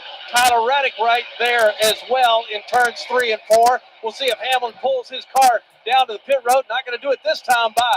Denny Hamlin is going to continue to be out front, but he is not going to be the driver as he sees the black flag. The driver leading the field will be Tyler Reddick. Tyler Reddick runs in first. Daniel Suarez, Coke 600 winner in second. Christopher Bell about a car length back in the 3rd position. And you've got Kyle Larson and Ty Gibbs. Denny Hamlin up front, but for how long, Pat Patterson? Well, Tyler Reddick, I guess, would be the leader at this point. No guessing about it as he works his way down into turns 3 and 4. Good separation amongst the first 8 or 9 cars. Here's Hamlin headed to the pit road. Here's Reddick headed back to the start-finish. Tyler Reddick leads the Cracker Barrel 400. Daniel Suarez in second. A big challenge now from Christopher Bell. Christopher Bell pulls right up to the back bumper of Daniel Suarez in turn number 1. Moves up to the middle of the racetrack, try to carry some momentum off of turn number 2. They're separated by half a car length. That's what it'll be going midway down the backstretch. See Bell right there in that bright yellow DeWalt machine. He works the bumper of Suarez down into the corner. Now he peeks out to the right-hand side of driver's right. Christopher Bell topside now on Daniel Suarez. He is going to stay up there. Suarez gives him room to race. They're even at the line, but Bell will take second as they go to 1. Important to note, Denny Hamlin did his drive-through penalty. He's on the back straightaway and will stay on the lead lap at the tail end of the field. But it's Christopher Bell with a power move, Pat, around the outside to take second. Yeah, Suarez drops to 3rd, and there's where Larson is in 4th, and he looks like he's ready to move maybe on Suarez. Ty Gibbs right there in the mix as well. Here's the leader, Tyler Reddick, back to the front. Fight is now for 3rd. Kyle Larson will drive to the outside of Daniel Suarez. Now he crosses him over at the start-finish line. He's got a fender on the left rear quarter panel of Suarez. That was a spectacular move by Larson, using the momentum off of turn number 4 to slice underneath Suarez, but Daniel Suarez isn't going to give up easily. He hangs on the right rear quarter panel of Larson. Well, you said it, Nick. He hangs right there, and they stay door to door, side by by side into turn number 3. Ty Gibbs looking on right behind him. Right now, though, those two are still tied up, Brad, as they come back off the corner. Well, I'll tell you what, Daniel Suarez does not want to give up the third position. Kyle Larson's trying everything he can at the line, give the advantage to Suarez. That may change going into 1. 2 Toyotas up front. It's Reddick and Bell. It's 2 Chevrolets dicing it up for third. Daniel Suarez with a little momentum. Kyle Larson hangs with them. Pat, they're still door-to-door. Ty Gibbs right there watching these two, looking to see if maybe he can make a move here, take advantage of the two of them. Not going to be able to do it. Once again, trying to dial it up for that third position. Now Ty Gibbs is going to mount a charge maybe for that 4th spot. While this happens, I want to note Christopher Bell is catching leader Tyler Reddick, but let's follow this battle for 4th. Gibbs now on the inside of Suarez. Ty Gibbs scoots around the inside of Daniel Suarez. Will he slide up in front of him? No, can't do it because Daniel comes fighting back on the outside. Pat, this is the battle for the 4th position. Once again, they stay tied together midway down the backstretch, not giving an inch going into turn 3. Gibbs has the preferred position at the bottom of the racetrack right now as they continue to stay tied up. 8 laps will be complete this time by competition caution on lap 35. We'll continue the fight for 4th. Ty Gibbs trying to take it away. Low on Daniel Suarez. They are door-to-door entering turn number 1. Gibbs on the bottom. He runs a really pretty line. Tries to pick up the throttle. The exit of turn number 2. Suarez is rim riding. They're still side by side. Behind those two, you got Ryan Blaney, who's just kind of sitting there watching this go on between those two. They still haven't separated. Midway through 3 and 4. Ty Gibbs and them still fighting each other off of 4. And Pat mentioned Ryan Blaney. Both Blaney and William Byron are catching up to this fight, but they stay door-to-door as we go down to pit road and Wendy Venturini.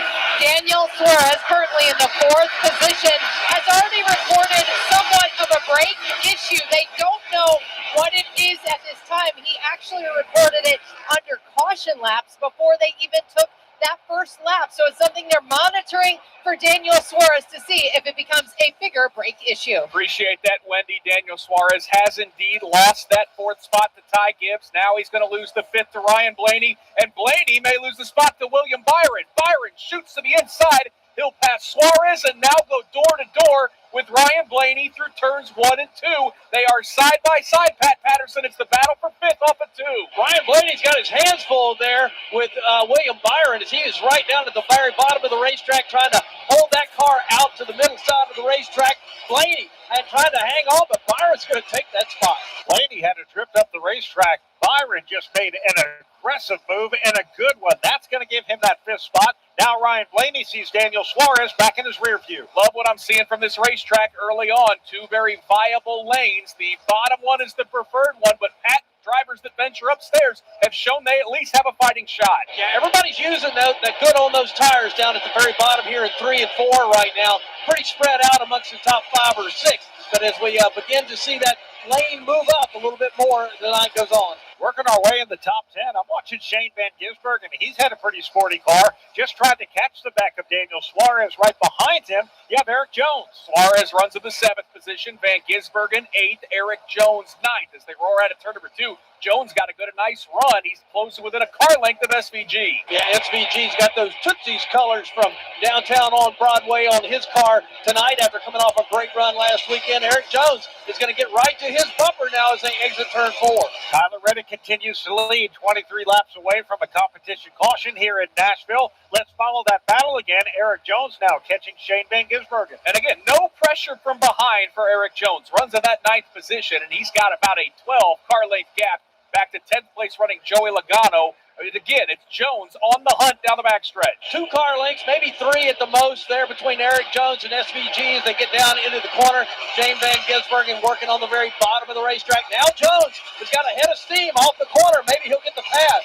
Eric Jones on the outside now of Shane Van Gisbergen. This is a battle for the A spot. Eric Jones will clear him as they head back to 1. That Dollar Tree Toyota looks pretty comfortable up in that second group. Roared around SVG. Couldn't clear him in 1, but now Eric Jones pulls that pass off. Moves Shane Van Gisbergen back to 9th. Yeah, Nick, that was pretty amazing down there how wide the racetrack has gotten in 1 and 2. Here back in the corner in 3 and 4. Van Gisbergen tries to fight back. Not going to be able to get anything done, and Jones is going to go hunting the next spot, which will be Daniel Suarez. 15 laps complete here in the Cracker Barrel 400. If you're just joining us, Denny Hamlin runs in last. He jumped the start of the race from the pole, had to do a pass-through penalty. Hamlin still on the lead lap right now as Tyler Reddick leads Christopher Bell, Kyle Larson, Ty Gibbs, and William Byron, your top 5. This is Kyle Petty for Echo Park Automotive, and I'm here to tell you why you should shop Echo Park before you buy a car, truck, or SUV. Over half of inventory at Echo Park is priced below $25,000, and car for car, truck for truck. Echo Park Automotive's pricing is $3,000 less than the competition. Maybe that's why Echo Park has over 100,000 five-star reviews. Echo Park Automotive is built to make sure you drive away happy. It's even in their name, Echo Park Automotive. Every car, happy owner. The official used car retailer of Speedway Motorsports. At Hunt Brothers Pizza, you can choose from 10 toppings at no extra charge. In a hurry, call ahead to place your order or grab a hunk of pizza on the go. Find your nearest location at huntbrotherspizza.com and follow me, Joey Logano, all season long. Daniel Suarez continues to backslide with potential brake issues. He just lost the 7th spot to Eric Jones. From Nashville Superspeedway, this is PRN, the Performance Racing Network.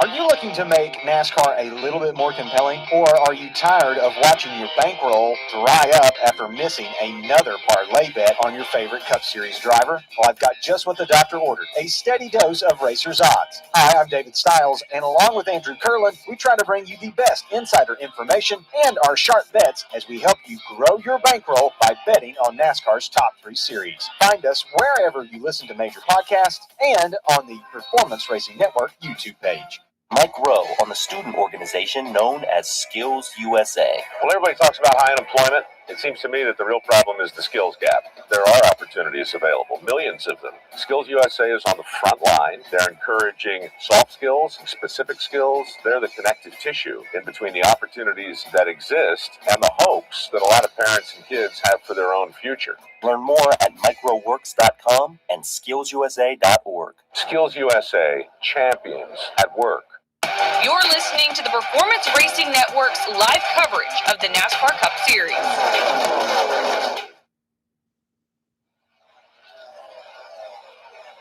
Back at Nashville Superspeedway alongside Nick Yeoman. My name is Brad Gilley. We are about 15 laps away from a competition caution as Tyler Reddick continues to lead the Cracker Barrel 400. Let's go down to Napa Auto Parts pit reporter Heather DeVoe. And William Byron started this race in the 8th position, currently running 5th. Now the last 6 races, he's alternated between top 10 finishes or 30th or worse. So he said at the beginning of the race, we just have to take this one step at a time, work hard all race long, and control what we can control. But a few laps ago, he told his team, the car feels good, and we should be better in clean air. I like hearing that if you're a William Byron fan. Thank you very much, Heather. Nick, let's give a leaderboard update brought to you by Progressive Insurance. Keep your career moving forward with growth opportunities, great pay and benefits, and one of the country's top workplaces.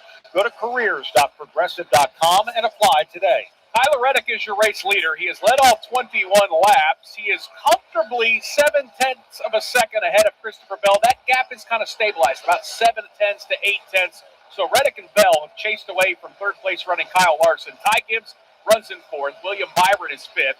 Ryan Blaney runs in the 6th position. Eric Jones has been on the move. He's up to 7th. Shane Van Gisbergen just passed Daniel Suarez to grab 8th. Suarez has been relegated back to 9th. And Zane Smith runs in 10th. Marcin Hocevar, last year's runner-up, runs 11th. A.J. Allmendinger, 12th. 13th, Joey Logano. Brad Keselowski is 14th. 15th, Bubba Wallace. Michael McDowell, 16th. 17th, Riley Herbst. Alex Bowman, 18th. 19th is Corey Heim. Todd Gilliland runs 20th. Ricky Stenhouse Jr. is in 21st. 22nd is Chase Elliott. 23rd is Chris Buescher. Cole Custer runs in 24th. 25th is Chase Briscoe. He just made a pass of Custer. 26th is Noah Gregson. 27th is Austin Hill. 28th, Ross Chastain. 29th, Josh Berry. And Ryan Preece runs in 30th. John Hunter Nemechek, 31st. 32nd, Connor Zillage. 33rd is Ty Dillon, his brother Austin, 34th. 35th is Austin Cindric. Cody Ware, 36th. From the pole, after jumping the start of the race, Denny Hamlin, the last car on the lead lap in 37th. Chad Fincham, 1 lap down in 38th. as we go back down to pit road and Andrew Curlin. I'm hearing from the Alex Bowman crew that he's complaining of some brake shake. This was an issue that we had last year. That's when the brake pads are too cold and they don't heat up. They leave chunks of rubber on the rotor, and when you step on the gas pedal, it literally shakes. Vibration from that takes grip out of the race car, so obviously something not ideal. The team told Alex to adjust where he's braking. It seems to have neutralized the problem a little bit. It's something we're monitoring here down on pit road. Thank you very much, Andrew. Alex Bowman still looking for his first top 10 finish here at Nashville Superspeedway, so that is a bit of a tough look right here. The good thing is we have a competition caution coming up in about 9 laps. Yeah, and I would imagine that he's been told to hang. Give me 1 second, guys. Sorry about that. Not sure what happened there. 1 second. Get this back up and running for you guys.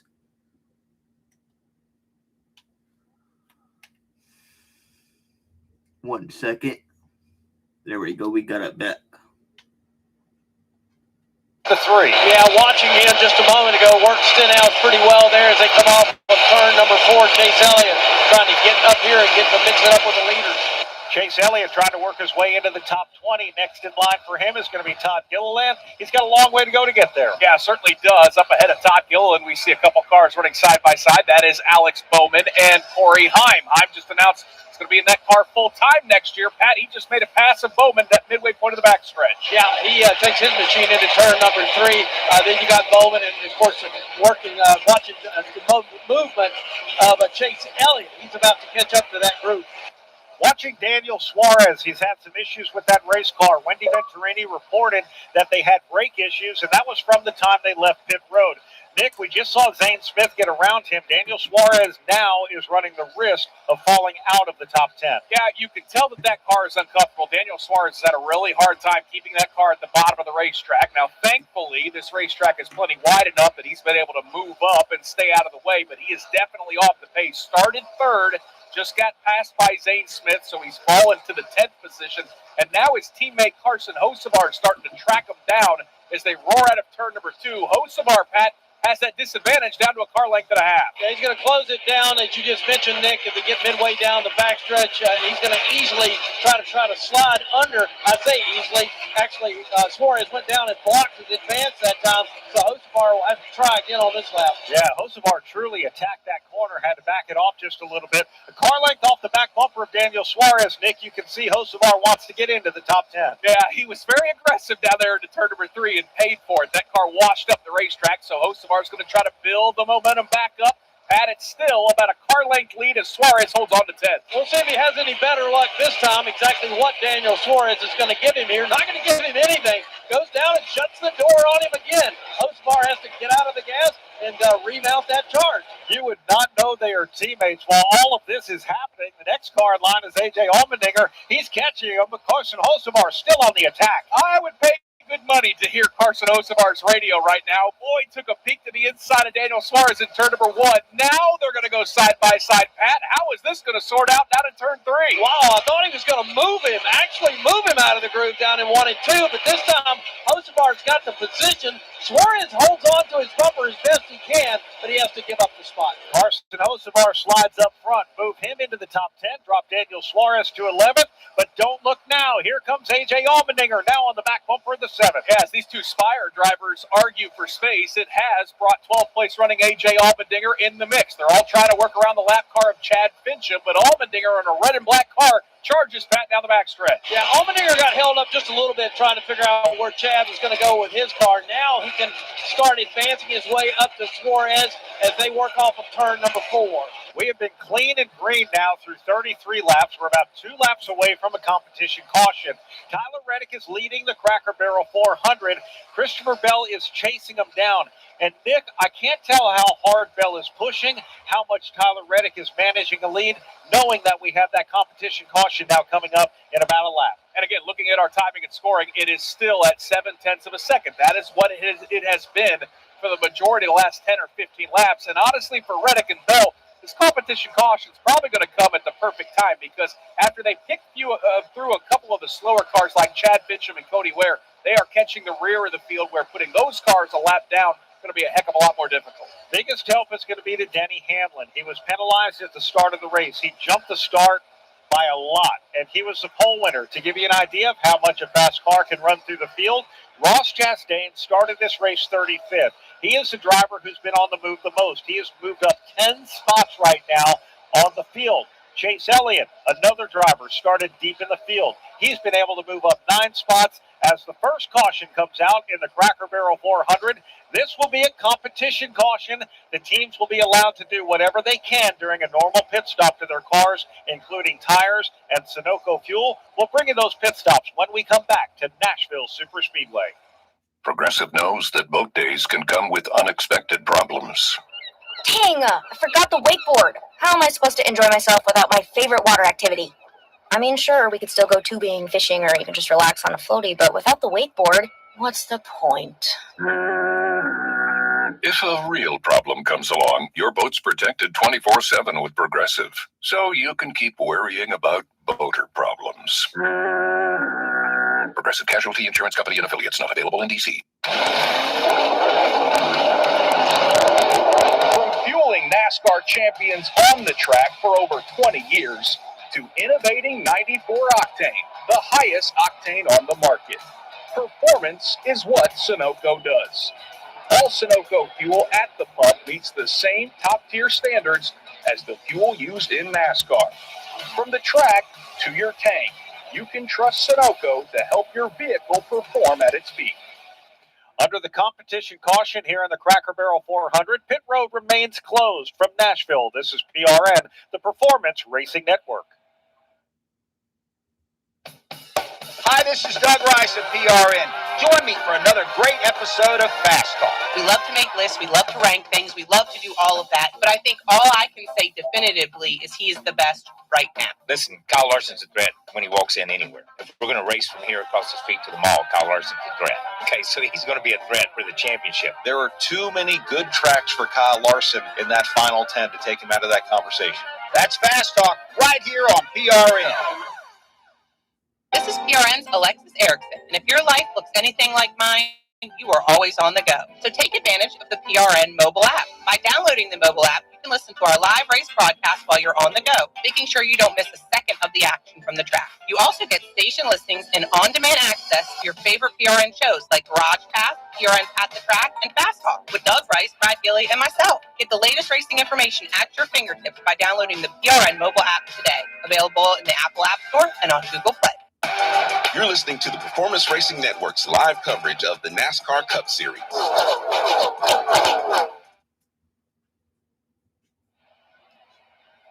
Pit road is open. We'll pause 10 seconds for station identification. This is PRN, the Performance Racing Network.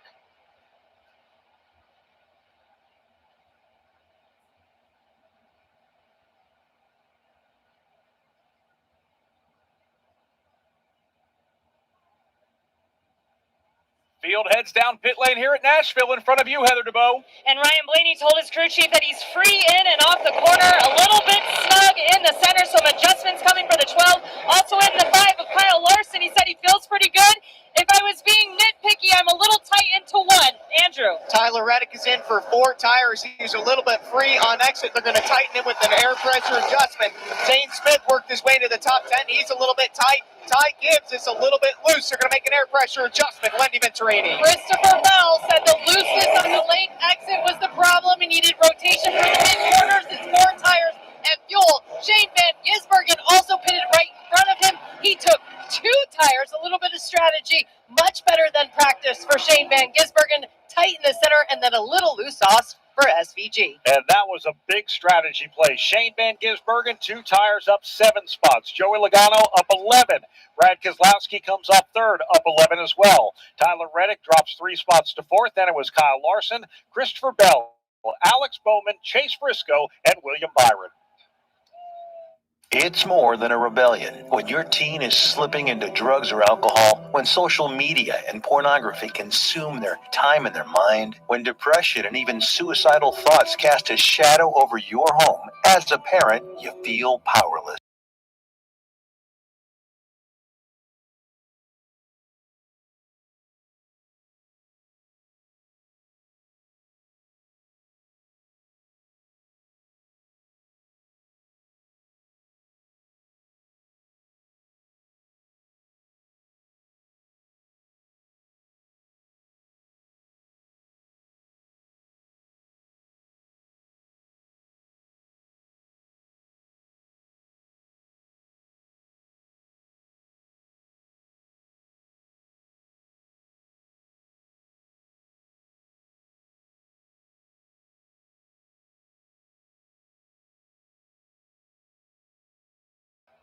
From Nashville Superspeedway, this is PRN, the Performance Racing Network. Denny Hamlin on the importance of sponsorship in NASCAR. Not only are they the resources behind the money that we spend on the racetrack, but we also use a lot of their resources that they have within their own company to make our cars faster, or maybe make our drivers or our teams smarter when making decisions. So we've had several of those relationships over the years, and certainly continue to lean on those. NASCAR Network Radio drives business. Shane Van Gisbergen for the final time up here in turn number 2. He brought a gun to a knife fight today. Then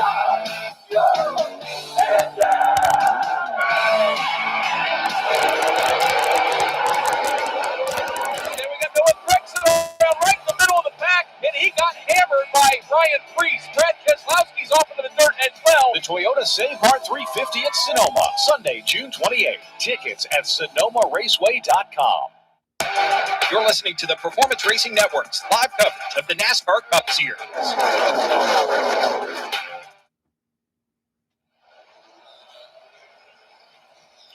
One to go before we go back to green. That means it's time for teams to choose where they'll restart. Brought to you by Freeway Insurance.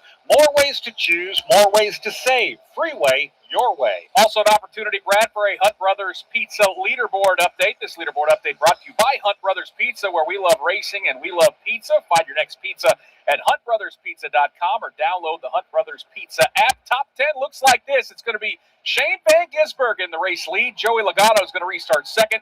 Then it's Brad Keselowski, Tyler Reddick, Kyle Larson to the top 5, Christopher Bell 6th, Alex Bowman 7th, Chase Briscoe 8th, William Byron and Ryan Blaney the top 10. Pat, lights are out on the pace car. Yeah, we're ready to go. Van Gisbergen up here with Joey Logano as the pace car makes its move on to the pit lane. We are ready to restart. Everybody's had a chance to catch their breath. Field is heading to the Echo Park Automotive restart zone. Every car happy owner at Echo Park Automotive. Shane Van Gisbergen holds him halfway through the Echo Park restart zone. He gets a jump. Joey Logano got a great jump to the outside. Logano timed it perfectly. It'll allow him to challenge Shane Van Gisbergen on the outside, but SVG too strong exiting turn 2. He'll take the race lead down the backstretch. SVG's got the lead spot right now. Logano drops in. Keselowski right behind him in third. They work their way into the corner. Kyle Larson trying to catch Tyler Reddick. But here comes SVG off the corner. Tyler Reddick on 4 fresh tires is just motoring around cars. He's up to third.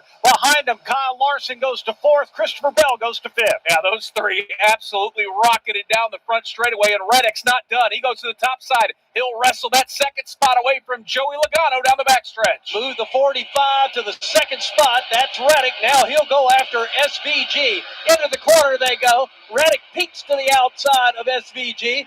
Shane is able to hold him off of turn 4.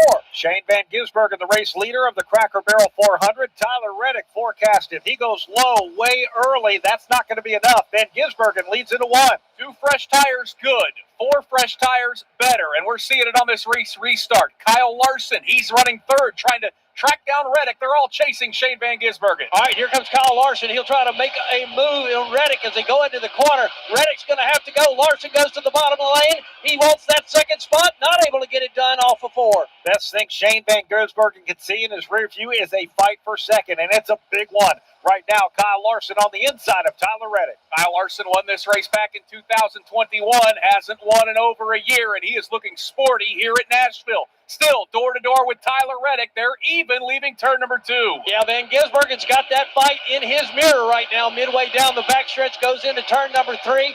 Now he's got him right in his trunk. As they work their way midway through 3 and 4, Van Gisbergen still holds on to the lead. Tyler Reddick cleared Kyle Larson for second.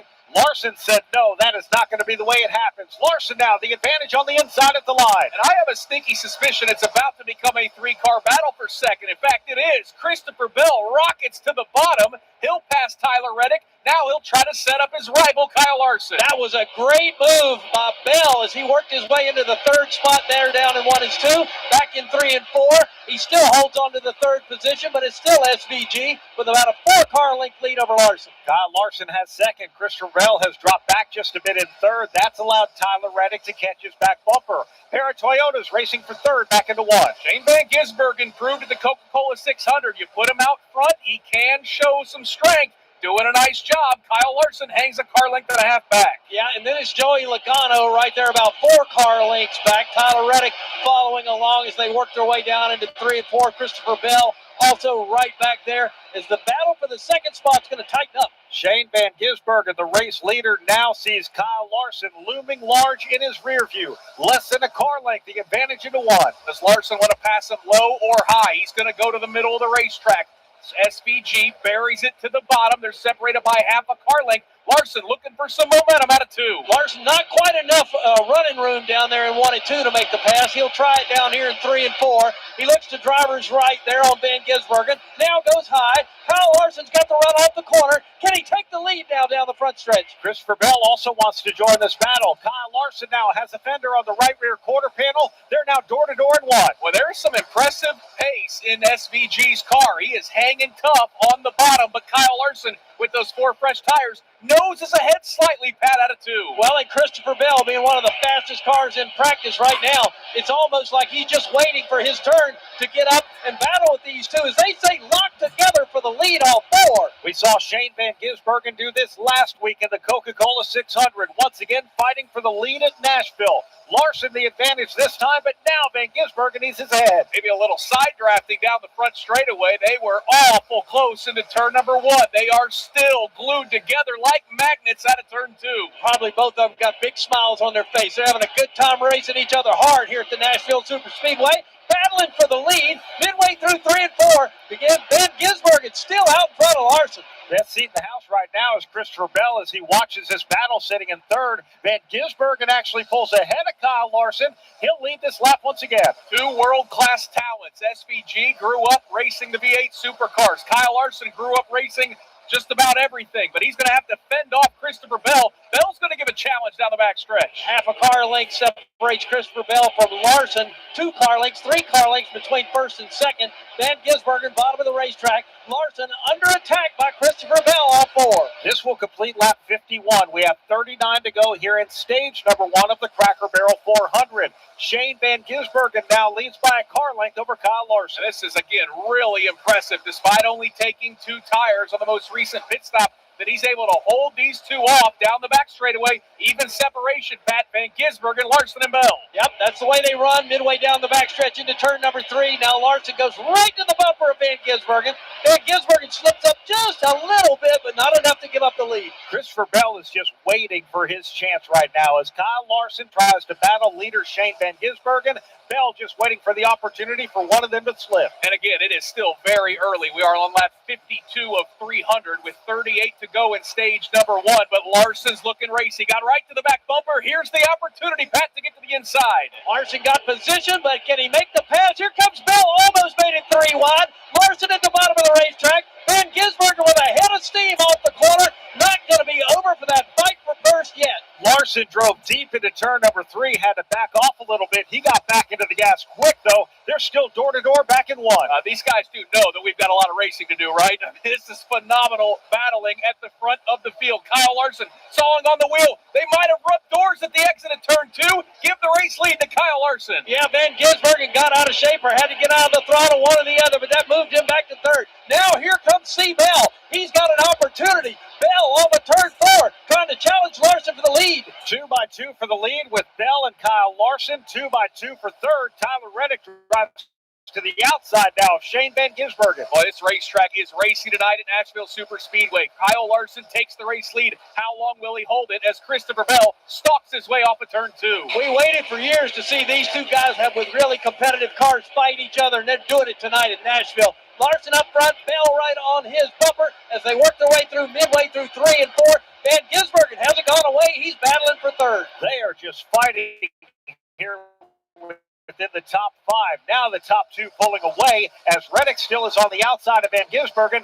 Bell chases Larson for the lead. It's a 6-car breakaway at the front of the field. Larson battling with Bell for the race lead. Shane Van Gisbergen battling with Reddick for third. And then you've got Logano and Byron hanging tough, Pat, down the backstretch. The fans here in Tennessee getting their money's worth right here at the very beginning of this race now. The battle up front for the lead lead shapes up again. Once again, Bell trying to move on Larson. Christopher Bell looked to the outside. He's not close enough to try and cross over to the inside. The advantage for Kyle Larson, just one car length. Back into turn number one, they race. Kyle Larson tries to find the bottom of the racetrack, plants those left side Goodyears right along that yellow line. Christopher Bell right there in the tire tracks, drafting down the backstretch. He is all but hooked to the bumper of Larson right now into turn number 3. See Bell putting the pressure on Young Money. Midway through 3 and 4. Here comes Bell to the outside. He's trying to get to the outside of Larson, and he just about did it. This time, Christopher Bell has enough to do the crossover. Larson slams the door at the start-finish line. Bell, though, continues to look low. Larson almost pushed Christopher Bell below the apron. Now they are even side by side exiting turn number 2. Bell's car got a little upset. Larson continues to lead. Powell with a half a car length lead over Bell right now into turn number 3. Down to the bottom of the racetrack goes Larson. He slides up just a little bit. Bell has to kind of get out of the throttle ever so slightly there to not challenge for the lead. 32 laps to go, still in stage number 1 of the Cracker Barrel 400. Behind them, William Byron now trying to get into the top 5 as he drives to the inside of Joey Logano. That's right. You said stage 1, not stage 3, despite what we're watching here at Nashville Superspeedway. Byron slides up in front of Joey Logano, move the Hendrick driver into the top 5. Yeah, the Byron's got that spot over Logano. Meanwhile, that battle up front is simmered down just a little bit over here in turns 3 and 4. Bell still chasing Larson. Yeah, Pat, I think Christopher Bell made those Goodyear tires a little bit angry. He's going to have to cool them off just a little bit, but he is not letting Kyle Larson drive away. At the start-finish line, it was a 0.3 of a second lead for Kyle Larson. He's running the middle of the racetrack. Bell starting to search around. Those two, though, Pat, have opened up a 10-car length advantage over Shane Van Gisbergen. Yeah, Shane Van Gisbergen slid back there a good bit, but he fought to stay in this fight up here in the top 5. Doing a good job of it. Meanwhile, here's the leader once again, exiting turn 4. Got to give a lot of credit to Chase Briscoe right now. He is running 8th. Brad Keselowski in front of him is running 7th.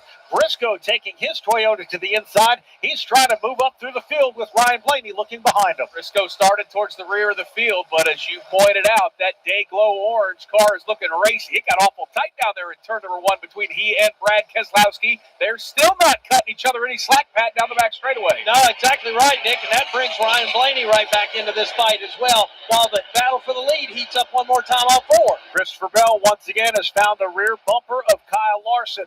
Less than 1 car length separate the two into 1. This is remarkable racing early on here at the Nashville Superspeedway. Kyle Larson gives up the bottom line. He'll allow Christopher Bell to wrap the bottom. Bell, though, doesn't have the speed to challenge Pat down the back straightaway. Yeah, we'll watch that. We'll also keep our eye on Briscoe right now, trying to hold on to Keselowski. They're door-to-door midway down the backstretch. Ryan Blaney looks on. Here's Larson now leading the field off 4. 28 laps to go here in stage number 1. Larson, a car length and a half advantage. Let's go back to Chase Briscoe. He now takes away the 7th spot from Brad Keselowski. Kyle Larson leading Christopher Bell. Shane Van Gisbergen, Nick, hanging on to 3rd. Reddick runs in the 4th position. Then it's William Byron in 5th. Joey Logano in 6th. Finally, that battle for 7th has sorted itself out. That is going the way of Chase Briscoe. Now the battle for 8th picks up. Brad Keselowski to try to hold off Ryan Blaney into turn number 3. Rest of the top 10, you see Eric Jones running in 10th, holding off Zane Smith, who's been putting the pressure on Brad here at the Nashville Superspeedway. Up front, we're seeing Christopher Bell search around anywhere he can. He is just looking for a place to plant the nose of that Toyota. He goes to the bottom. Kyle Larson is able to run midway up the racetrack. Larson takes the advantage of the momentum down the backstretch. Yeah, Larson is really good at watching you in that mirror and figuring out what it is you need, and he's been able to hold off Bell. Bell still trying on the bottom of the racetrack. Larson almost opened that door up down there. 26 laps to go here at Nashville Superspeedway. Kyle Larson leads Christopher Bell, Shane Van Gisbergen, Tyler Reddick, and William Byron, your top 5. Hey, Joey Logano here, the driver of the number 22 Hunt Brothers Pizza Ford Mustang. What can a 3-time champion do by the end of this ad? A pit stop and grabbing a hunk of pizza at the closest convenience store near you. To find a location, visit huntbrotherspizza.com.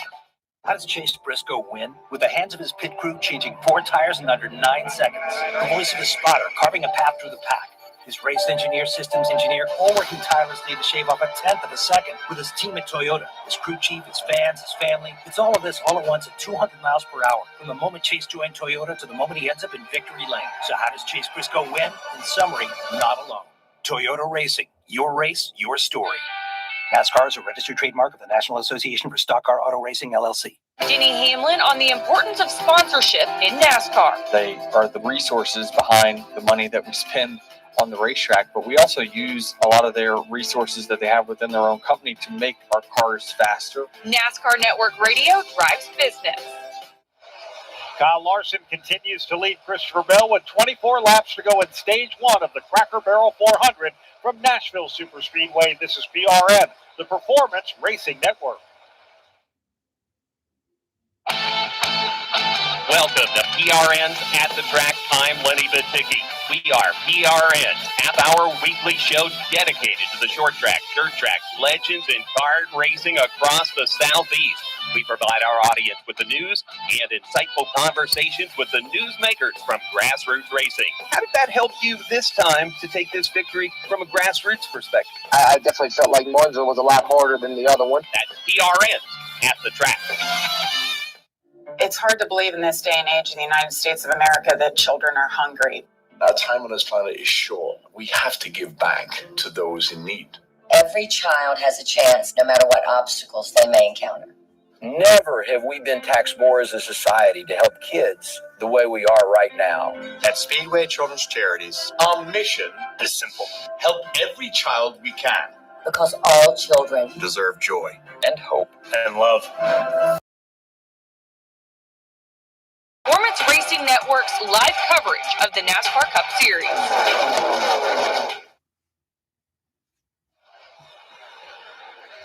Welcome back to PRN's coverage of the Cracker Barrel 400 here at the Nashville Superspeedway. Just 21 laps to go in stage number one. Kyle Larson has led the last 18 laps and has fended off a challenge from Christopher Bell, who runs second. Shane Van Gisbergen runs in third. Let's get an update on the driver who runs in fourth. That is Tyler Reddick. What can you tell us, Andrew Curlin? Yeah, Nick, he restarted fourth, and that's where he is right now. He mentioned a few times the right rear is feeling a little bit squishy, referring to the tire. The team took a look at some photos. They can't identify anything in particular, but the balance seems a little bit off for Reddick. He's also complaining a little bit of a loose situation, so I think that's why we haven't seen any movement forward for the driver of the 45 in Tyler Reddick. Thank you very much, Andrew. Nick, one observation here. We still have 37 cars on the lead lap. The last car on the lead lap is Cole Custer. We had a competition caution at lap 35. We are now at lap number 70, and we have not gotten into lap traffic. Pretty amazing. The pace of these, especially the competitive 37 cars, 36 cars, has been really, really remarkable. And as we watched those leaders, Kyle Larson and Christopher Bell dice it up, it's not like they have just run down the rear of the field. They're starting to catch them now out of turn number 4. But to your point, we got a car up in the wall in turn number 1, and it is the rookie Connor Zilisch. Connor Zilisch in that Red Bull Chevrolet for Trackhouse has hammered the wall in turn number 1. Heavy right front and right side damage as that car limps its way down the back straightaway. Now Zilisch finds a gap towards the rear of the field where Brad, he will limp that car back to pit lane. Yeah, that's his second caution here of the Cracker Barrel 400, and a costly one for Connor Zilisch, who has just struggled in his rookie year. Right side of that car is simply flattened. I'm not sure what they're going to be able to do on pit road. If not, they may have to send him back to the garage. Heather DeBoe, what can you tell us? Well, I just heard Connor Zilisch tell his team he has no soft pedal or anything. The team telling him right now to go ahead and take it to the garage, and they will be under the DVP clock here. Have to wonder if he just simply didn't lose the brakes altogether. Brakes are very important here at Nashville Superspeedway. In fact, when we first came to this track with the NASCAR Cup Series 6 years ago, there was a big debate with crew chiefs in the prior generation of race car. Do we use an intermediate braking package or a short track braking package? The crew chiefs that chose the intermediate braking package, they paid the price. This brakes like a short track. It's been a busy weekend for Connor Zilisch. Got the spot for Stephen Parsons in the truck race. He was an analyst for the CW for the NASCAR Rally Auto Parts Series race yesterday. Of course, the main job was supposed to be tonight for 400 miles, but it looks like Connor Zilisch may have to pay the piper after just 73 laps. In fact, Brad, he is back in the garage area and climbing out of that car. A lot of smoke coming out of the right side. You put it perfectly. Pancaked, hammered the right side of that race car, and again, we'll wait to hear the official word, but I can't imagine we'll see that car back on the racetrack. They are allowed to go back to the garage and fix their cars. If they do, they have one opportunity and 3 laps to make minimum speed.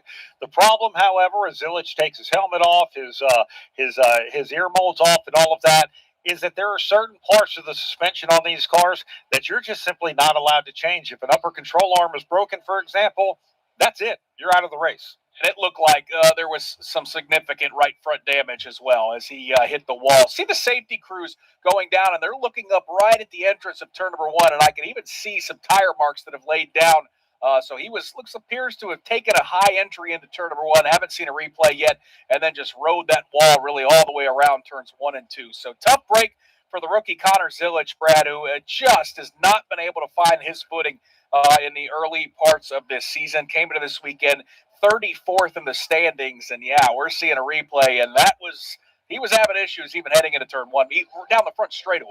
Yeah, so obviously something broke on the car. Didn't look like he had any kind of brakes or anything like that, and just a tough early exit from Connor Zilic. We'll check in with him. We're waiting to find out if pit road is going to open the next time by. To set the scene, we have 16 laps to go here in stage number 1. These teams are going to be hungry for fresh tires and adjustments.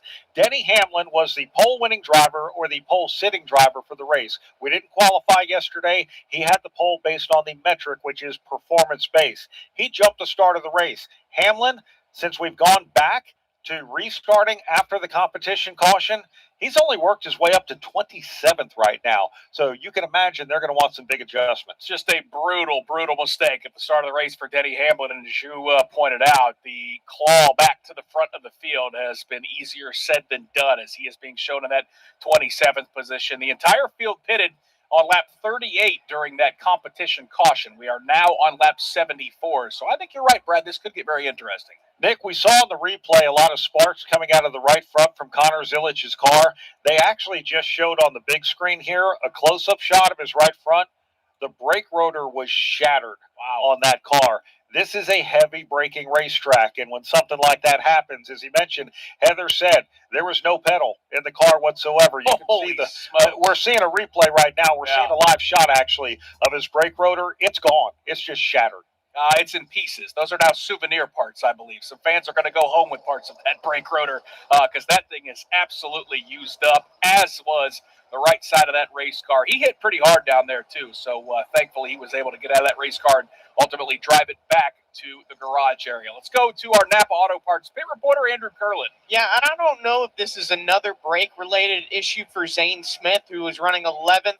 Before that caution, but he did come over the radio saying the right rear in general feels pretty hot. So the team is monitoring that. I think they're going to do something about it here when pit road opens, guys.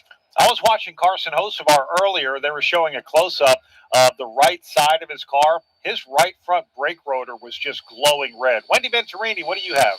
Yes, early on for Carson Hocevar, they came down pit road and pulled the duct cover off. They thought they got it all off. Well, they are reporting he feels like it's still a little too hot. And now what just happened with Connor Zilic, they said they're going to come back in, do 4 tires, and get the rest of the duct tape off and just try and cool off Carson Hocevar. So definitely an issue that we're continuing to cover with a lot of the teams up and down pit road tonight. Thank you very much, Wendy. Wendy, Andrew, Heather, you guys are about to get extra busy. The green light is on at the entrance of pit road. That means pit road is open. Kyle Larson leads the field down to the pit lane, and we'll start things off with Napa pit reporter Heather DeBoe. And William Byron said the car is really good, but he could be freed up just a little bit. So a slight adjustment for the 24 tires and fuel. Also, Larson, still that car is good, just a little free. They're going to do 4 tires, fuel, and an air pressure adjustment. Andrew. Tyler Reddick is in. He was saying, I am 1.5 free. They're going to make a right rear adjustment, 4 tires for him. Zane Smith is also in. 2 tires. He's going to wait on fuel as he gets stuck behind a car. Wendy Venturini. Christopher Bell said he is a little bit turning better for him. He feels okay. They thought they were going to lose track position, and they sure are. There's a problem either on the left rear or Adam Stevens is making a bigger adjustment, holding Seabell on pit road. Shane Van Gisbergen was also on pit road. This time, he took 4 tires for SVG. He said he is pretty decent, but he felt like his tires were giving up. Four drivers stayed out. A.J. Allmendinger, Riley Herbst, Cody Ware, and Cole Custer. The race off pit road was won by Ryan Blaney, followed by Chase Elliott, Kyle Larson, Daniel Suarez, Bubba Wallace, Carson Hocevar, and Tyler Reddick.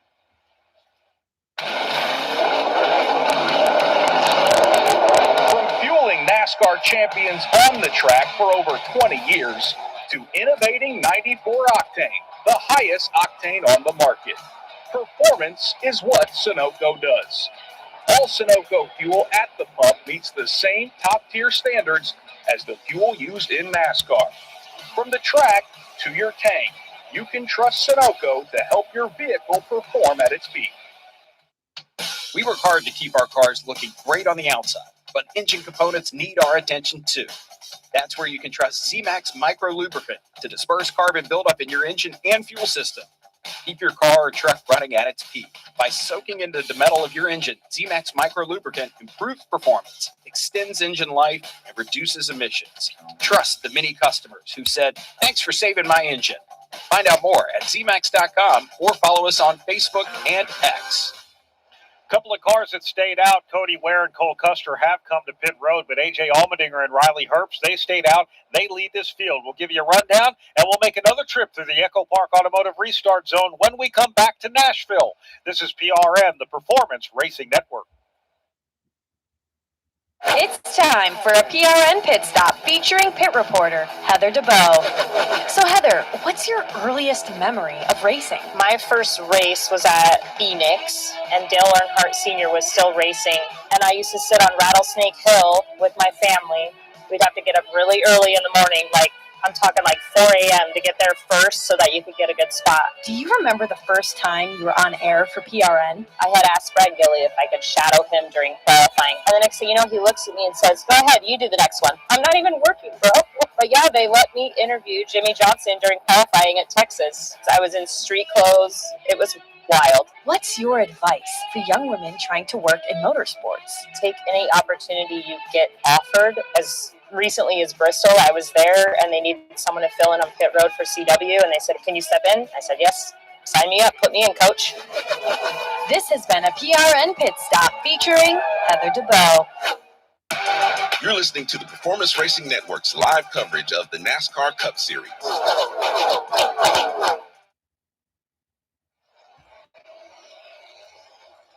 Field is going through the Freeway Insurance Choose. Big trouble for Christopher Bell. We're going to restart with just 11 to go here in stage number 1, Nick. Yeah, apparently issues with the jack when he had his most recent pit stop, and it drop-kicked C-Bell all the way to the 29th position. Here's where this thing's going to get a little interesting, though, Pat Patterson. We're going to restart with 11 laps to go, and A.J. Allmendinger and Riley Herbst are going to be on the front row, and they last pitted on lap 38. We're on lap 78. I hope they've got their seatbelts buckled really tight. Yeah, that would be a really good idea as we watch the field now in turns 3 and 4. Riley Herbst up there with A.J. Allmendinger. Pace car starts to make its move onto the pit road.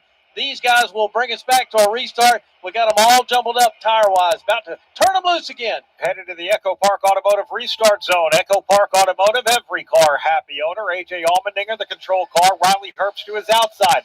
Behind them, Chase Elliott on the inside of Ryan Blaney. Behind them further, Chase Briscoe makes a big move to the apron. He certainly did. They're going 3 wide for the 3rd position. It's Herbst and Allmendinger up front. In fact, Riley's got a nice charge. He noses ahead of Allmendinger down the backstretch. Those two stay locked together, but here comes Ryan Blaney to the bottom of the racetrack. He's going to almost force a 3-wide situation into 3 and 4.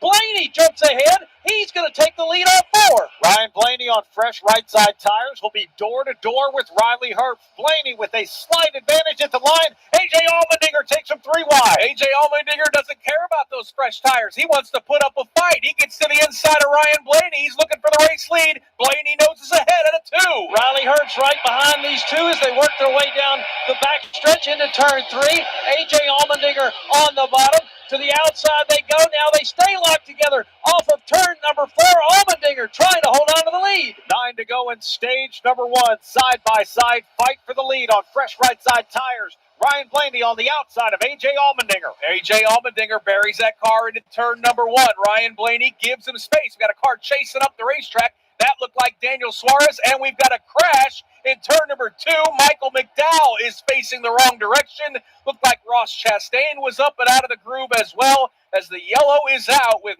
9 to go here in stage 1. That will be our third caution here in the Cracker Barrel 400 at Nashville Superspeedway. Ross Chastain has some damage on his car. Sparks coming from the bottom of it. Michael McDowell was turned sideways with his car. Looks like he's been able to continue forward as he is out on the racetrack. Looks like the biggest hit from this one, Nick, has been Ross Chastain, and that car is kicked sideways as he's trying to come down pit road. He is crab walking it with a lot of smoke and a lot of sparks in that bush light machine for Ross Chastain, and now he may come to a stop searching. I'm not sure if he's searching for his pit box or a way to get back to the garage area, but that car is very used up, Brad, as we are going to see a couple replays. Michael McDowell to the inside.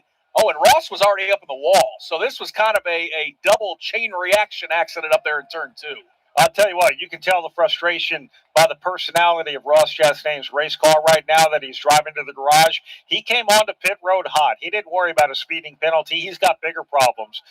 He then shot over past an opening to the garage area and was told to back up and take that to the garage. So that is 2 track house cars already with issues in this race for Ross Chastain. We'll get a better look at a replay here, and Chastain might have the same problems as teammate Connor Zilich, and we'll try and check in with both of those drivers as well. It started very much in the similar way. Heading down the front straightaway, Ross was up against the outside retaining wall, and right before he was about to turn hard left to make the corner, that car, something broke, and he found himself up against the outside wall. And then behind him, Michael McDowell got sideways, almost sideswiped the 17 machine of Chris Buescher.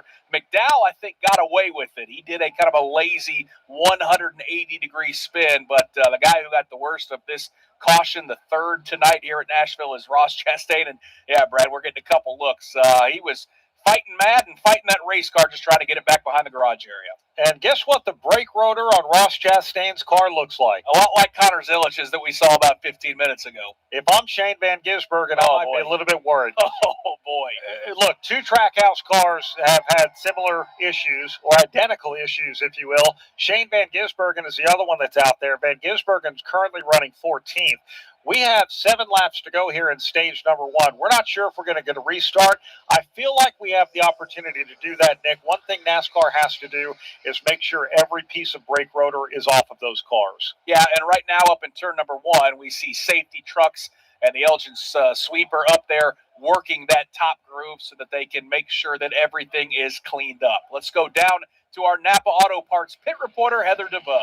And listening to Eric Jones talk to his crew chief, Justin Alexander. Justin asked him, hey, how are your brakes? And Eric said, not the best. I got some shake. And then Justin reported back, that's actually what we're hearing across the field. So brakes might be a concern for that Lone Ranger from Trackhouse of Shane Van Gisbergen, but the rest of the field also has that issue on mind. Nick, it's surprising in some ways, but this is part of it. One of the things you see in NASCAR racing, they are constantly pushing it to the limit. We know that because occasionally they push it over the limit. The first time we came here 6 years ago, we had issues with this. The Gen 7 race car has a much better, more robust braking package. Typically, that's not an issue. Tonight, we already have seen 2 Trackhouse teammates make early exits from this race with right front rotors that blew out. We heard Daniel Suarez had some braking issues earlier, and others. Let's go down to the Infield Care Center and Andrew Curlin. Yeah, here with Connor Zilich. And first, did you get any warning of it, and are you okay? Yeah, no warning at all. No pedal fade. They were telling me that we had a little bit more glow than we would like, and that went away as the run went on. So yeah, it just kind of came at a surprise. Unfortunate for our Red Bull Chevrolet. Felt like we were moving in the right direction. Had made up around 15 spots in that first few laps of that race, and just hate to cut another night short. Disappointing end for Connor Zilich, guys. Thank you very much. And Ross Chastain is out of his car, and they're not working on it, Nick. I think that the body language speaks volumes of what the rest of their night is going to look like. Pretty depressing scene if you're car owner Justin Marks and all the folks at Trackhouse Racing, because both of those battered cars are almost sitting right next to each other, or at least across from each other back in the garage area. The 88 for Connor Zilich, who is going to all indications finished 38th tonight, and his teammate Ross Chastain with a similar problem. And turn number 1 appears he'll do no better than 37th. So, boy, oh boy, the race has been pretty interesting. And for Shane Van Gisbergen, I just keep coming back to that point, Brett. He's got a fast race car. We saw how good he looked up at the front of the field, and now to be running in the 14th position and have to worry about this, that's something that you don't want to deal with as a race car driver. Pit road is not open because they're still cleaning up brake rotor debris on pit road. They're also trying to get all the brake rotor debris off of the front straightaway right now. Let's go to Napa pit reporter Wendy Venturini. Well, Nick, you had just mentioned about Shane Van Gisbergen being a little bit nervous about his brake package. He also noted and asked about it on the radio. His crew chief, Steve Durant, said, no worries on our part. We have something completely different for our brake package this weekend. All right, so that's a great update, Wendy, and maybe reason for Shane Van Gisbergen to calm those nerves a little bit, despite the issues for Ross Chastain and Connor Zillage. I can tell you this, NASCAR wants to get this back to green. Brake rotor debris is everywhere on this racetrack, and NASCAR is right now trying to direct all of the cleanup crews where to find every bit of it. This is not a lengthy caution just because they're trying to extend it. This is a lengthy caution because I just saw a replay. Right after Ross Chastain crossed the start-finish line, his car went about 50 yards, and you literally saw it explode. And if these cars go at speed and hit just one piece of brake rotor, it's going to be devastating for them. They've got to get the track cleaned up properly. Yeah, so you got the brake rotor exploding here on the front straightaway. Ross hits the wall up in turn 1, chases it and carries it all the way through turn 2, and then crab walked his way all the way down the back straightaway below the apron of turns 3 and 4, and then ultimately on pit lane. So he got about every corner of this racetrack that NASCAR is certainly going to have to comb over with a fine-tooth comb to make sure for that very concern that you pointed out, the safety of these drivers, and most importantly, those race cars, which they simply cannot withstand hitting bits and pieces of brake rotor around this racetrack.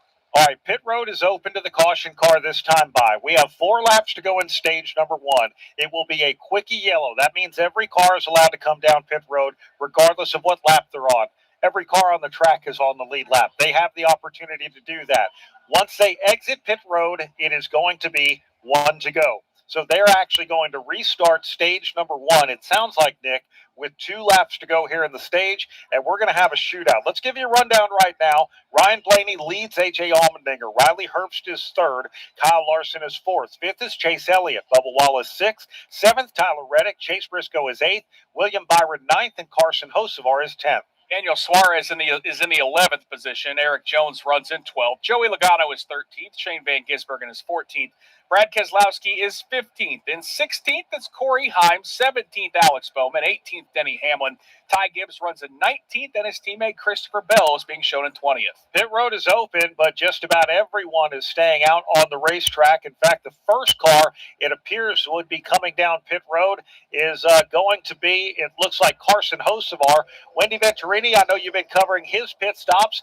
Outside of that number 77, Wendy, I think everyone just about is staying on the racetrack. Yeah, he was a little bit snug still, and they also want to pull more tape off. You know that all of these crew chiefs are watching what's happening on this racetrack right now and taking notes. So they want to make sure if their car is running a little bit hot that they're taking care of the brakes, they're taking care of temps. It's 4 tires, Sunoco fuel for Carson Hocevar. Ryan Preece also comes down pit road, and I believe that's it on my section of pit road, guys. Yeah, I appreciate that, Wendy. Most of the other drivers are running towards the rear of the field. You mentioned Ryan Preece. Michael McDowell also came down pit lane. We see Todd Gilliland and Ricky Stenhouse leaving pit lane. Also saw Cole Custer is on pit lane, and Austin Hill as well. Most of those cars, again, though, Brad, running towards the rear of the field. So really, it's only Hocevar who's going to give up significant track position. All right, so Nick, you ready for some excitement? Hit me with it. Yeah, we're going to go through the Freeway Insurance Choose this time. That's going to be 2 to go in stage 1. That means we will have a 1-lap shootout to the end of the stage. And how about the call for A.J. Allmendinger's team with Colin Racing and Riley Herbst for 2311? They're loving the fact that this has been kind of an extended yellow for the cleanup because they are on significantly worn tires. Again, they last pitted on lap 38.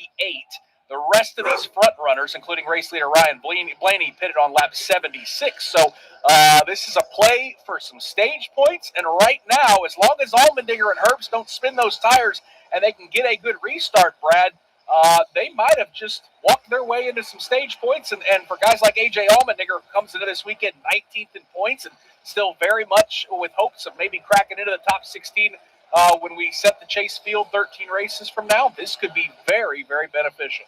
Field has now gone through the Freeway Insurance Choose. Ryan Blaney on fresher tires. He only had fresh right side tires. We'll restart on the inside. A.J. Allmendinger, the last time he got some fresh Goodyear rubber. Competition caution on lap 35. We are now on lap number 89. We're going to come back with 1 to go in stage 1. All right, Pat Patterson, the lights are off on the pace car. You can kind of reset it and let us know where everybody's at, as these fans, I'm sure, are about to jump to their feet here at the Nashville Superspeedway. Well, like you guys were talking about, these stage points are important. Blaney up here on the inside of the front row with Allmendinger. Then there's Herbst with Kyle Larson. Bubba Wallace is up here side by side with Chase Elliott as they work their way through the corner. Going to be a very fast lap. We'll see how it all turns out. We're heading back for a one-lap restart. Here we go through the Echo Park Automotive restart zone. Every car happy owner at Echo Park Automotive. Ryan Blaney on the inside. He will get the jump on A.J. Allmendinger. A.J. Allmendinger, however, motors to his outside. That bottom line is moving. Blaney's going to take the race lead into turn number 1, or will he? A.J. Allmendinger hanging tough on the outside. Kyle Larson's on the move. He jumps to third down the backstretch. Watching those two battle up front. Blaney beside Allmendinger. Larson moves to the outside. Kyle Larson tries to drive around the front too. Larson's going to lead him off at turn number 4. Here comes the 5 car to the stripe. Green and white checkered flag is in the air. A.J. Allmendinger will win stage number 1 of the Cracker Barrel 400. Kyle Larson will finish second. Third will be Ryan Blaney. Chase Elliott fourth. Tyler Reddick fifth. Sixth, Bubba Wallace. William Byron seventh. Chase Briscoe eighth. Ninth, Riley Herbst. The last car getting stage points, Corey Heim in 10th. Vehicle safety starts underneath. That's why the pros choose Napa for undercar solutions that stop safety issues before they become costly problems. Go further with complete repairs that restore stopping, steering, and stability. Then grow your business through trust and repeat visits. With premium rotors, pads, struts, and wheel hub assemblies, Napa has everything you need to keep undercar under control. That's Napa know-how. Napa know-how! Wherever you are in life, Freeway gives you more ways to choose and more ways to save. You choose the coverage, you choose the price. Because at Freeway, it's all about real people, real choices, and real savings for every driver. No matter where you live, Freeway's here to help. Your way. And remember, you always win with Freeway. Go to freeway.com and start saving today. Freeway, your way. Ryan Preece has just pulled into the garage. We'll get an update on that. We'll hear from Ross Chastain at the Infield Care Center, and we'll have pit stops at the end of stage number 1 from Nashville Superspeedway. This is PRN, the Performance Racing Network.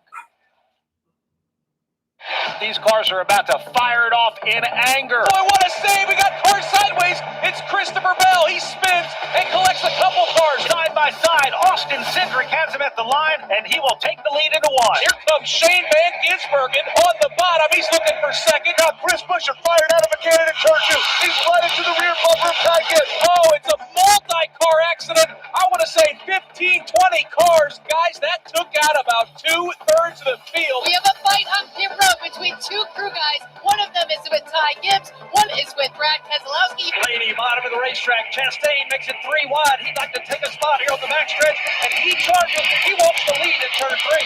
Ross Chastain shot out of a cannon from the 6th starting spot. He has already moved up to 2nd. The battle now for 3rd on the high side. Kyle Larson, Riley Herbst challenging low. Kyle Larson moves up to the top side. Going to lose a little bit of ground. This is PRN.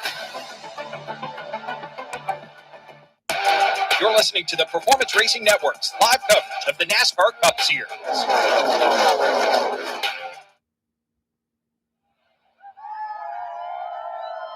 Stage number 1 in the books for the Cracker Barrel 400 here at the Nashville Superspeedway. And what an eventful stage number 1 it was. Brad, incredible fighting at the front of the field between Christopher Bell and Kyle Larson. Then you've got the brake rotor issues for Zilich and Chastain. And we're all said and done, it's A.J. Allmendinger, who I guarantee you did not think was going to win stage number 1 when we dropped the green flag. How about Trent Owens, the crew chief for that love number 16? Remember, Calling Racing has nothing. They have zero manufacturer support. They drive Chevrolets in the Cup Series, but they are the factory team for Ram in the Craftsman Truck Series. That means they get zero simulator time, zero wind tunnel data. Everything that they do to their race cars, they figure out the old school way at their shop in Welcome, North Carolina. To pull off a stage victory here is just incredible. Great job by A.J. Allmendinger driving that race car. Great strategy by the crew chief, Trent Owens. And I would venture to guess, Brad, there are 35 cars on the racetrack, so there are at least 33 crew chiefs that saw what Allmendinger and Riley Herbst did, staying out there late, and they're going to file that one in their back pocket for a late race situation, because those guys had tires that were 38 laps older than the majority of those drivers they were battling on, and A.J. Allmendinger made it work. Want to update you on Ryan Preece, and we'll continue to follow the story. He pulled into the garage at the end of the stage. He had a lengthy pit stop on that cycle of stops right there before the end of stage number 1. They're having some cooling issues with his Kroger Ford Mustang Dark Horse. So Ryan Preece, they're back in the garage. He is off the racetrack, not being shown out of the race, but they've got some work to do, and this is a tough hit. Ryan Preece came into this race on the bubble of the chase standings, 15 points ahead of Austin Cindric. They lost the appeal from the points penalty that Ryan Preece was given for what they deemed to be too aggressive driving on Ty Gibbs at Texas Motor Speedway. So this is a hit upon a hit upon a hit. Luckily, they didn't hit anything. Yeah, Ryan Preece is still sitting in that car for RFK, so we will see what the game plan is. Meanwhile, we have cars coming down pit lane, including A.J. Allmendinger, who just won stage number 1. He's going to get some routine service. Also see Chase Elliott come down pit lane, along with Riley Herbst, Daniel Suarez. Also see Cody Ware at the rear of the field. So those drivers, most notably Brad Allmendinger and Herbst, that stayed out there towards the end, they're opting for some tires and fuel here at the end of stage number 1. Most of the other drivers, including Kyle Larson, who now inherits the race lead, last pitted on lap number 76. That was 14 to go in stage number 1, but then we had another lengthy caution there. They don't really have very many green flag laps on their Goodyear tires. And, well, the Sunoco fuel, as we're going to have 91 laps to go, at least right now in stage number 2, they're going to have to pit again regardless. So great ploy to stay out there right now. Let's go to Heather DeBow as we sweep pit road. And just to talk a little bit more about that call that Trent Owens made for A.J. Allmendinger to stay out, they said if we had a shot at that front wheel, we are going to go throw it. And after the stage, after winning, he asked him, is the track tightening up on you? Would you like to make a swing to free it up? And AJ said yes. So they did do a slight air pressure adjustment there for stage 1 winner of AJ Allmendinger. Andrew Curlin? Yeah, Chase Elliott was in on my section of pit road, took 4 tires. He said he felt a little bit tighter, but it seemed to get better as the run went on. And I'm covering 2 Toyotas, and Tyler Reddick and Ty Gibbs, both teams said there weren't really any issues with brake rotors. So that's the update for my section of pit road. Let's go to Wendy Venturini. The only car on my end of pit road was Daniel Suarez, who continues to have inconsistent brakes. They came down pit road and took 4 tires Sunoco fuel, but still an issue with the brakes. It's just very inconsistent where it goes in and out for Daniel Suarez at different parts of the race. So we'll continue to follow that story.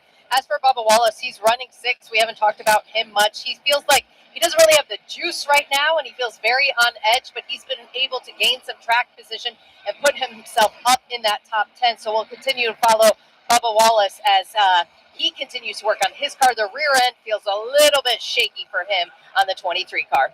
Thank you very much to our Napa Auto Parts pit reporters, Wendy Venturini, Heather DeBow, and Andrew Curlin, who we check in with once again as he chatted with Ross Chastain at the Infield Care Center. In the Infield Care Center with Ross Chastain. Unfortunate ending to your night. What was it from your perspective? Right front brake rotor failure. It came apart, and I just put it against the fence. Can't slow down once the rotor's out of it. So, yeah, you can't replace the rotors. So the car's okay, but it's the rules. You can't replace them now. So bummer for Trackhouse and our Busch Light Country Chevy. Car was really, really good. It's something to hang our hats on, though, is that it had speed and grip, and we were passing cars after starting in Mount Juliet. So, a lot to take away on the good side, and also clearly a miscalculation on brakes with 2 of us out. Ross, thanks for your time. Unfortunate ending for Ross Chastain here in Nashville. Thank you very much, Andrew. We got 2 to go at the line right now. It looks like we're going to restart with 87 to go. Nick, a great opportunity.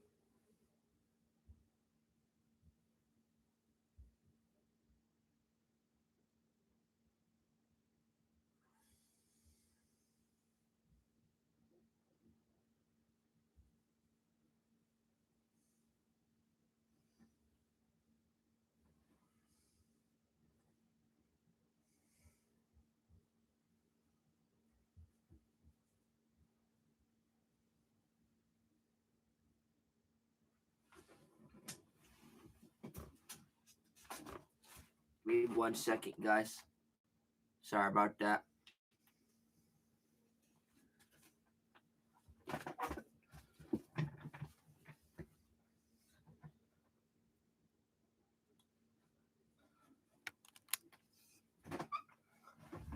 Give me 1 second.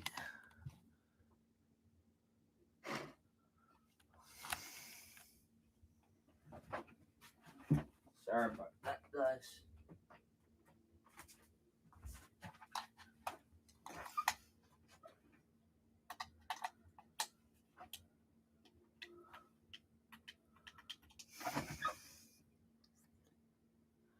Just trying to get this leaderboard back up. Give me 1 second.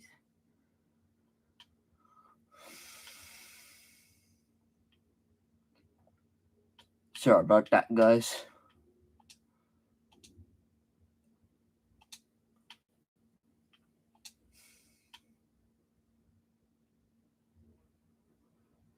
This August, as we host New England's only NASCAR Cup Series weekend. Live performances, New England's big track, where it's always about family, friends, and fun. You're listening to the Performance Racing Network's live coverage of the NASCAR Cup Series.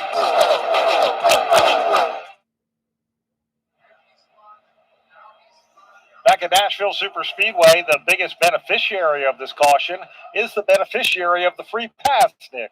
Yeah, it was Chase Briscoe who kind of caught us by surprise when he came down to pit lane, but with this caution coming out in the middle of a pit sequence, ultimately Briscoe gets an opportunity to come down pit lane and top off on fuel. All of the other cars he was racing around for the lead who had come down pit road during the green flag cycle, they're the wave around cars. They actually have to restart at the tail of the field. So we'll get your rundown here in the Cracker Barrel 400. Want to say a big thanks to an amazing sponsor in Cracker Barrel all summer long. Catch them in the fan zone, especially coming up to tracks like Sonoma, Echo Park Speedway, North Wilkesboro, and you can't miss it. Checkered flags meet checkered boards all summer. Cracker Barrel is serving up their campfire favorites, including the new campfire breakfast skillet, which Laura Beth Barnhart can attest to is awesome, and classic campfire chicken and beef. And don't forget their cherry Coke float or double chocolate fudge Coca-Cola cake. We had some of that.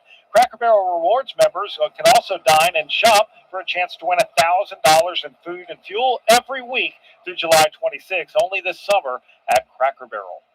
So Ryan Blaney being shown as the race leader right now. Chase Elliott second, Michael McDowell third, A.J. Allmendinger fourth, Daniel Suarez fifth. Again, those are the drivers that stayed out and pitted during this most recent caution. That was for a spin from Austin Dillon, who went sliding through the grass. And after seeing a couple replays, I can confirm he did not hit a thing. So it was very, very fortunate. And as we mentioned, Chase Briscoe got an opportunity to come down pit lane. He is currently being shown in the 9th position. He was the leader, ultimately, Brad, before we started this most recent cycle of pit stops. Several cars taking the wave around. We're going to give you a rundown here in just a moment. The field is going to come to the choose. We'll get one to go. When they do come to the choose next time by, we will be at the halfway point of the Cracker Barrel 400. 150 laps complete, 150 to go. And we'll give you a leaderboard update sponsored by Progressive Insurance. Progressive makes bundling easy and affordable. Get a multi-policy discount by combining your motorcycle, RV, boat, ATV, and more. All your protection in one place. Bundle and save at Progressive.com. Ryan Blaney just streaked across the start-finish line to complete lap number 150. So we are at the halfway point. Blaney's your race leader. Chase Elliott second. Michael McDowell third. A.J. Allmendinger runs in fourth. Daniel Suarez is fifth. Todd Gilliland is sixth. Austin Hill seventh. Cole Custer eighth. Chase Briscoe ninth. And the first car that just took the wave around, Kyle Larson, is in 10th. Tyler Reddick is 11th. Christopher Bell 12th. Corey Heim 13th. 14th, Eric Jones. Denny Hamlin 15th. 16th, Bubba Wallace. 17th, Ty Gibbs. 18th, Alex Bowman. 19th, William Byron. Shane Van Gisbergen in 20th. Ricky Stenhouse Jr. is 21st. Zane Smith is 22nd. Riley Herbst is 23rd. 24th is Joey Logano. Brad Keselowski is 25th. Then you've got Chris Buescher in 26th. Josh Berry in 27th. John Hunter Nemechek in 28th. The rest of the top 30 sees Austin Cindric in 29th and Noah Gregson in 30th. Cars who took the waiver round have to restart at the tail of the field. Pat, that means these leaders are going to have a nice fight when we go back through the Echo Park Automotive Restart Zone. I love it when we jumble them all up, and that's exactly what we did here with that particular spin. Pace car brings itself over here to the pit road. Ryan Blaney up here with Chase Elliott, and a whole bunch of people want to get some track position right here as we get ready to restart. Two former Nashville winners up front. Ryan Blaney is the defending winner, and he gets a big jump on the restart. 34 laps to go in stage number 2. Now that battle is for second with Chase Elliott and Michael McDowell. Blaney slides up to seal off that outside line, and it kind of stacked things up. Blaney with the race lead by 3 or 4 car lengths. It's going to be Chase Elliott emerging with the second spot. Yeah, he'll get that. McDowell now will try to hold on to that third spot, but he's not going to do it. A.J. Allmendinger, they stayed locked together for the third position. The rest of the field pulling their way through 3 and 4. A.J. Allmendinger won stage number 1. Now he's in a 3-car fight for third. Here comes Daniel Suarez. He'll drive to the inside of teammate Michael McDowell. Where did Daniel Suarez come from? Making it 3 wide into turn number 1. Not a lot of space between those 3 cars. McDowell's car got a little sideways. Might have traded some paint with Allmendinger. Suarez, though, the big winner. That was amazing how they didn't crash off of turn number 2. And they're down into turn 3. Still hard at it. Suarez has that third spot. McDowell and Allmendinger still locked together. Ryan Blaney leading this race. Then it's Chase Elliott. A big gap back to Suarez in third. And here is the battle. Michael McDowell on the inside of A.J. Allmendinger. I know we're a long way from Christmas, but they may not trade Christmas cards because they are not cutting each other any slack. It's still McDowell on the bottom, Allmendinger on the outside, and they're all stacked up behind that battle for fourth. Yeah, stacked up is right, and everybody trying to avoid some of those cars that aren't quite as fast. Down into turn number 3, the battle for fourth rages again. AJ trying to make a move here on McDowell. They stay locked together. A little bit further back, the cars that had to take the waiver round are ultra aggressive trying to drive through the field.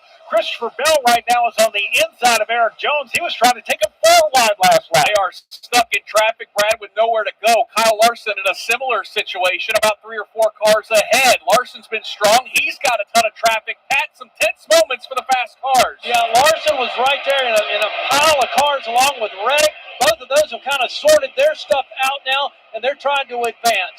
Tyler Reddick has found the top 10. He's in 9th right now. He is now trying to drive around Cole Custer for 8th. He'll be successful in doing that. Kyle Larson now on the outside of Austin Hill. Back into turn number 1, Larson trying to run that high groove. Chase Briscoe, who faded a bit once we restarted this race, he'll try to work around Austin Hill as well down the back straightaway. Yeah, Briscoe goes right to his bumper. Austin Hill follows Larson into the corner. He's still working on Cole Custer as they get midway through 3 and 4. Tyler Reddick was the first among the leaders to come down pit road. He is now running in the 7th spot. Todd Gilliland next up on the hit list. Actually, we have Austin Dillon in that mix, but he's a lap down. Yeah, Austin Dillon, a lap down after that spin, so he is the outlier. Tyler Reddick will try to get behind him. Pat, I don't think race leader Ryan Blaney has any idea how crazy it is behind him. Nor does he want to know. He just doing his thing down at the bottom of the racetrack, stretching his lead out over Chase Elliott. The battle from third on back, though, guys, is still a good one. It is a good one. Daniel Suarez has it right now, right behind him. You've got stage 1 winner A.J. Allmendinger. Then it's Michael McDowell as they head to 1. Well, A.J. Allmendinger, when you give him a little bit of clean air tonight, has been mighty impressive. You pointed out he won stage 1.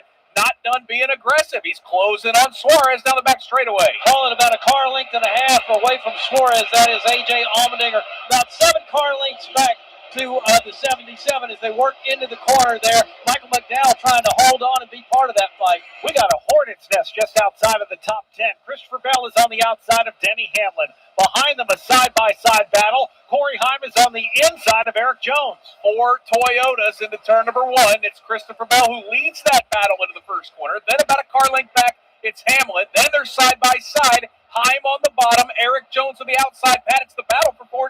Jones has got nowhere to go, just goes up and taps on the bumper of Hamlin. Corey Heim's in the middle of that fight. He'll dive underneath Eric Jones now, midway through 3 and 4. Legacy Motor Club has shown up in the past couple weeks. We saw this speed out of Eric Jones in the Coca-Cola 600. Heim goes up to block him. Then he goes low. That opens the outside once again for Eric Jones. Eric Jones moved to the outside of Corey Heim and cleared him by about an inch or two. It was that close to the front straightaway. They're side by side now, rocketing out of turn 2. Corey Heim on the bottom here. Eric Jones, the nose is in front of him now. He's got a car in front of him, as a matter of fact. The battle up here for the 3rd spot still continues to rage as they work their way off the corner. A.J. Allmendinger once again working over Daniel Suarez. He has the advantage on the inside for 3rd as they head to 1. Suarez keeps his foot in the throttle on the outside, but he cannot hang with A.J. Allmendinger. That opens up the bottom for his teammate, Michael McDowell. McDowell, though, gets in the tire tracks down the backstretch. Now he takes a look to the inside. Yeah, he's going to fight for that spot now. McDowell, I'm talking about, bottom of the racetrack. He goes, tries to make the move as best he can. They stay locked together off the corner. That battle continues. Spire teammates fighting for 4th. McDowell on the inside of Daniel Suarez. Don't look now, though. Behind them, Tyler Reddick's on the move. Yeah, that's the scary sight for those 2 Spire cars. They may want to figure and sort this out quickly because Reddick is closing. Suarez nose is ahead out of turn 2. Yeah, Suarez has a nose out front. Reddick starts to close down on the 2 of them. McDowell now fights back on the inside. Still, they stay locked together as they race all 4. 23 laps to go in stage number 2. If Tyler Reddick catches him, he may have to take it 3 wide. This is a battle for the 4th spot. Michael McDowell still on the inside of teammate Daniel Suarez. Knowing Tyler Reddick, I wouldn't put it past him to make it 3 wide. He's got to find a spot. McDowell and Suarez continue to stay glued together out of the 2nd corner. Side by side, that fight goes on into turn number 3. McDowell has the preferred position down at the bottom of the racetrack. Suarez fights back on the top side. Tyler Reddick just got nowhere to go behind him. Michael McDowell now clears Coca-Cola 600 winner Daniel Suarez. Now Tyler Reddick draws to within 2 car lengths. Again, it is still Ryan Blaney up front by 1.7 seconds. Another 3 seconds back to A.J. Allmendinger. Chase Elliott runs in that 2nd position, but we continue to watch this battle for 4th, Pat, down the backstretch. Yeah, once again, Reddick trying to close in on Suarez as he works the top side of the racetrack. Now he'll get a head of steam off of the corner in turn 4. Still can't make the pass, though. Tyler Reddick, his tires about 11 laps fresher than Daniel Suarez, and he's going to make use of him now as he draws to his outside. Suarez says, if you're going to pass me, you're going to have to go the long way around. Tyler Reddick's car has been strong all night. He'll say, I'll take advantage of that outside groove. Rockets around Suarez. Yeah, he'll take that spot and move him up 1. Tom Gillen with a good run now as he continues to hold that next position on the racetrack down to turns 3 and 4. That group begins to separate. 20 laps to go in stage number 2. Ryan Blaney leads Chase Elliott, A.J. Allmendinger, Michael McDowell, and Daniel Suarez, your top 5. Listen, were you forced into getting a solar contract and now you just don't want it anymore? Maybe the solar company misled you. Or is your solar contract buried with hidden fees? Are you not saving the amount of money you thought you would on your energy costs? Don't worry. At the Solar Exit Hotline, we can help you cancel your solar contract, even if the panels are already installed. Our experienced legal team will review your contract and help you cancel it, possibly saving you thousands of dollars. You got to call right now for complete details. So listen, if you're not happy with your solar contract for any reason, we are here to help you cancel it. Call the Solar Exit Hotline now for immediate options to help you exit your solar contract. This call is 100% free. 800-471-3491. 800-471-3491. 800-471-3491. That's 800-471-3491.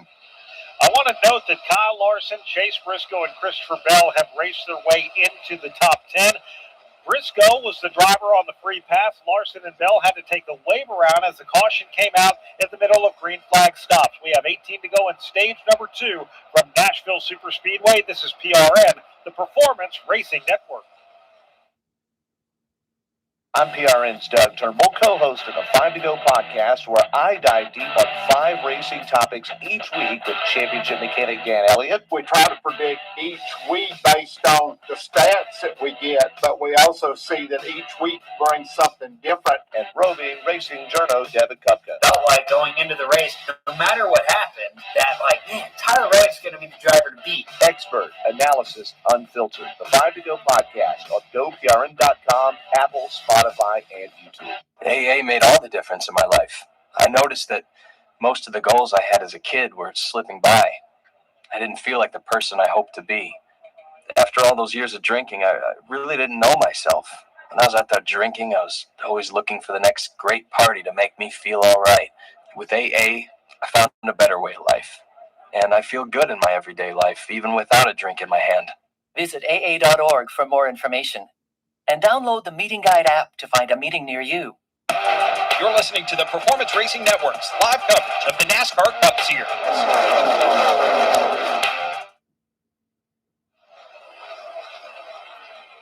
Back at Nashville Superspeedway alongside Nick Yeoman, my name is Brad Gilley. Pat Patterson out in the turns. Our Napa pit reporters, Wendy Venturini, Andrew Curlin, and Heather DeBow. And it's a good opportunity with 15 to go in Stage 2 to give you a Coca-Cola Racing family update. Austin Dillon actually brought out the last caution. He's trying to fight his way back up. He's running 34th. Chase Elliott, runner-up right now to Ryan Blaney. Danny Hamlin runs in 11th. Joey Logano is 31st. Daniel Suarez, Coca-Cola 600 winner, is 6th. And Bubba Wallace runs 20th. That's brought to you by Coca-Cola. Grab a Coke and enjoy the race. 14 laps to go here in stage number 2. 129 to go in the Cracker Barrel 400. And boy, Ryan Blaney, once he got out front, he has shown some major strength. Best action, though, Brad Gilley, is right around that 7th position as Todd Gilliland has 2 very fast cars behind him in turn 1. Larson and Bell in the wall up there. We got a car up in the wall in turns 1 and 2. That's going to be A.J. Allmendinger. Allmendinger's car was up in the wall, and he is hanging on to it as he exits turn number 2. Looks like he had a pretty major problem in the middle of the corner. Right front is on fire, and that can mean likely one major thing, another blown right front brake rotor, and he is trying to bring that car back to the infield, and the safety crew is going to have to put that fire out, but that thing is smoking. AJ dropping the window net. That's to let the safety crew know that he is okay. But, yeah, that was a big, big hit, and hate it for AJ Allmendinger, who was just having a great night, Brad, running in the top 10 for much of it. Won stage number 1 earlier tonight and was running 3rd when this happened. He was right ahead of Michael McDowell, and we are seeing Allmendinger headed to turn number 1, and kapow goes that right front. Yeah, and when that brake rotor blew out, he had nowhere to go. Luckily, he was still on a straightaway going into a corner, so as his car went up into the wall, it did pancake the right side, but gosh, that could have been much worse if it would have blown out just a little bit deeper into the corner. This is the 3rd right front rotor that we've seen blow out. The other 2 came from Trackhouse teammates Connor Zilich and Ross Chastain. They will finish 38th and 37th, respectively. Ryan Preece is out of the race as well. He had radiator issues, and guess what went wrong with his radiator, Nick? He had a bit of that brake rotor that went through it, that punched a hole through it. And again, that accident that A.J. Allmendinger just had, happy to report he is out of that car and walking to the safety truck. Looked nearly identical to Ross Chastain and Connor Zilich as they were heading down into turn number 1. And again, you're right. The one saving grace, the one thing I'm happy about is that all 3 of those cars, it was the approach to turn 1 where those cars were already kind of running that outside groove. I really don't want to see one of those brake rotors go in the apex of the corners where you're going to be chasing up the racetrack. But boy, the entrance to turn number 1 has just been really, really tough on those brakes all night long. And we just had the 3rd one take a driver out of this race. We have 11 laps to go in stage number 2. NASCAR is very passionately trying to get the track cleaned up so we can get back to green flag racing before the end of this stage as well. When a brake rotor blows out, that does just throw a lot of debris out there on the racetrack, and that is some pretty dangerous debris for these cars to run over. So They have not yet opened pit road. This could be an opportunity to flip a stage as well. We have 11 to go in stage number 2, 126 to go in this race. So we know they're still going to have to make more trips down pit road here tonight. And the other thing to consider, we were just talking about the issues that Ryan Preece had with the radiator when he drove over parts of the brake rotor. A.J. Allmendinger was running in the 3rd position when this thing went. So, Brad, you had nearly the entire field potentially drive through a debris field with that brake rotor going. So I would imagine there's probably going to be some concerns for the rest of those drivers in this pack. Yeah, for sure. So Ryan Blaney is leading right now here at Nashville Superspeedway. Chase Elliott's running second. Third is Michael McDowell. Tyler Reddick and Daniel Suarez round out the top 5. At one point in this stage, Nick, we had 7 Toyotas running in the top 9. Now, after things have flipped, we have 1 Toyota in the top 5. We have got 4 more in the top 11, with Bell running 8th, Briscoe 9th, Hamlin, then Corey Heim rounding out the top 12. Been really interesting to see where these cautions have turned things around. Pat Patterson said it best. It makes it interesting and exciting when we kind of jumble the pack up, throw it in a blender, and hit puree, and that's been the case. And it really all kind of started with that Austin Dillon spin down the front straightaway through the grass here at Nashville Superspeedway. That was right in the middle of a pit sequence where about 2/3 of the pack had pitted, another third hadn't, and that is what has caused this field to be very jumbled up. Let's get an update from our Napa pit reporter, Wendy Venturini. Well, we're talking a lot about brake rotors this evening, and Daniel Suarez, we've reported, has had some inconsistencies with his brakes all night long, coming and going. And just now, moments ago, while you're talking about brakes, Suarez just came over the radio, said he's still not happy with the brakes. He can't really push his car 100%.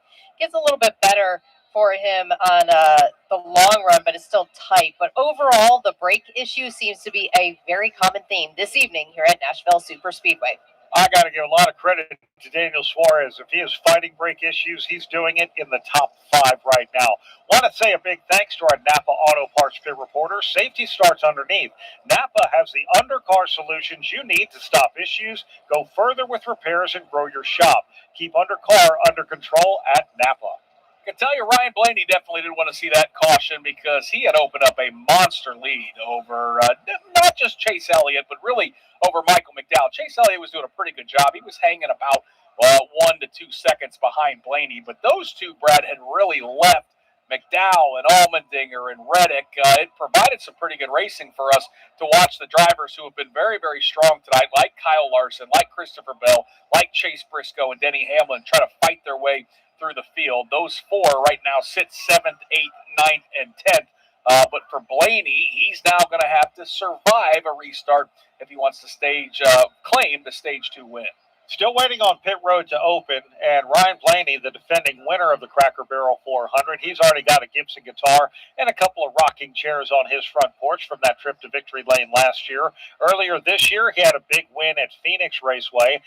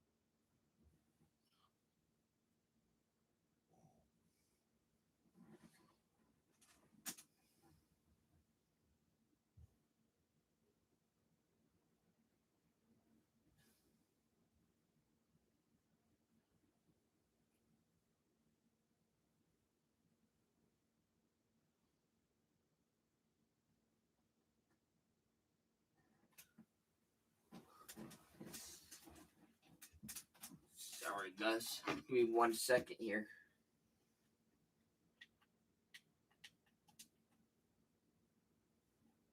Try to get the leaderboard back for you guys.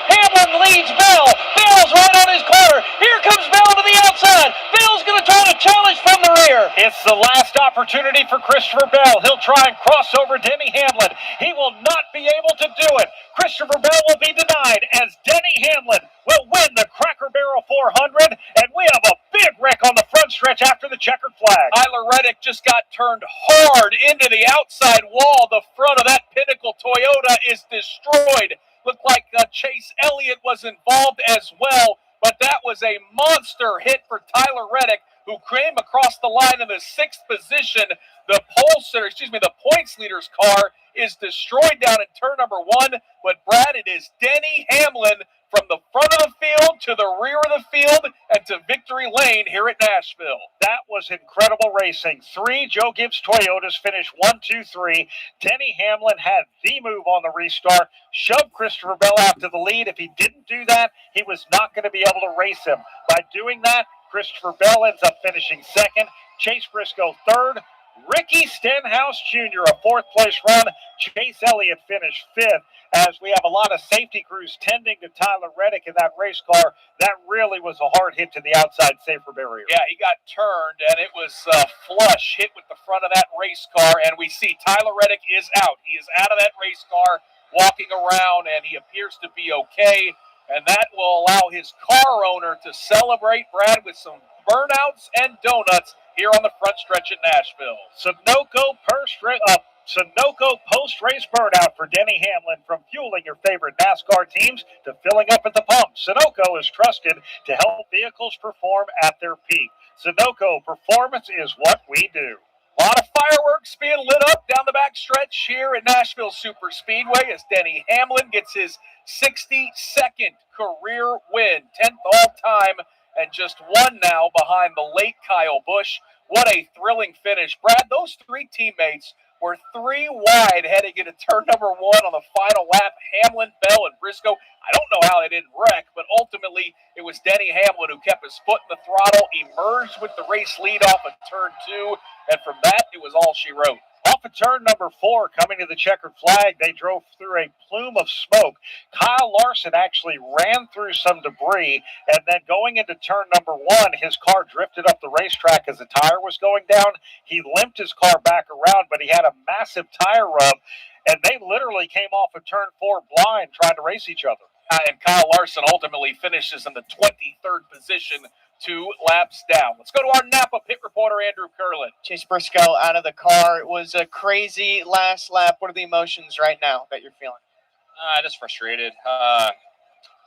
Just so much can change, obviously, at the end of these races, whether it's a caution coming out or just a restart, not going your way. So, just nothing kind of went my way there. I felt like I had all the potential to get a run, and I could just never really build it, and then was able to get to the top of 3 there, and then just everybody goes in and slides up to the top, and that just kind of left me in no man's land. So, frustrating how the finish ended up.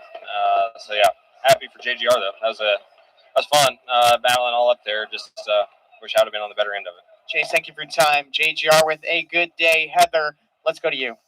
And Ricky Stenhouse Jr. started this race 15th, brings it home 4th tonight, your 2nd top 5 of the season. How would you evaluate your day? It seemed like you had a decent car, but you did struggle with handling there a little bit. Yeah, up and down. I felt like our NOS Energy Drink Chevrolet started off really, really tight, and we kind of fell back there, made some adjustments, stayed out there, in that second stage to get good stage points. and then kind of found our way back into the top 15. And guys gave me a great car. We made it better throughout the race, and our brakes were good. I could hustle it really all the way through a whole stage and a whole run, and I felt like that was a benefit for us.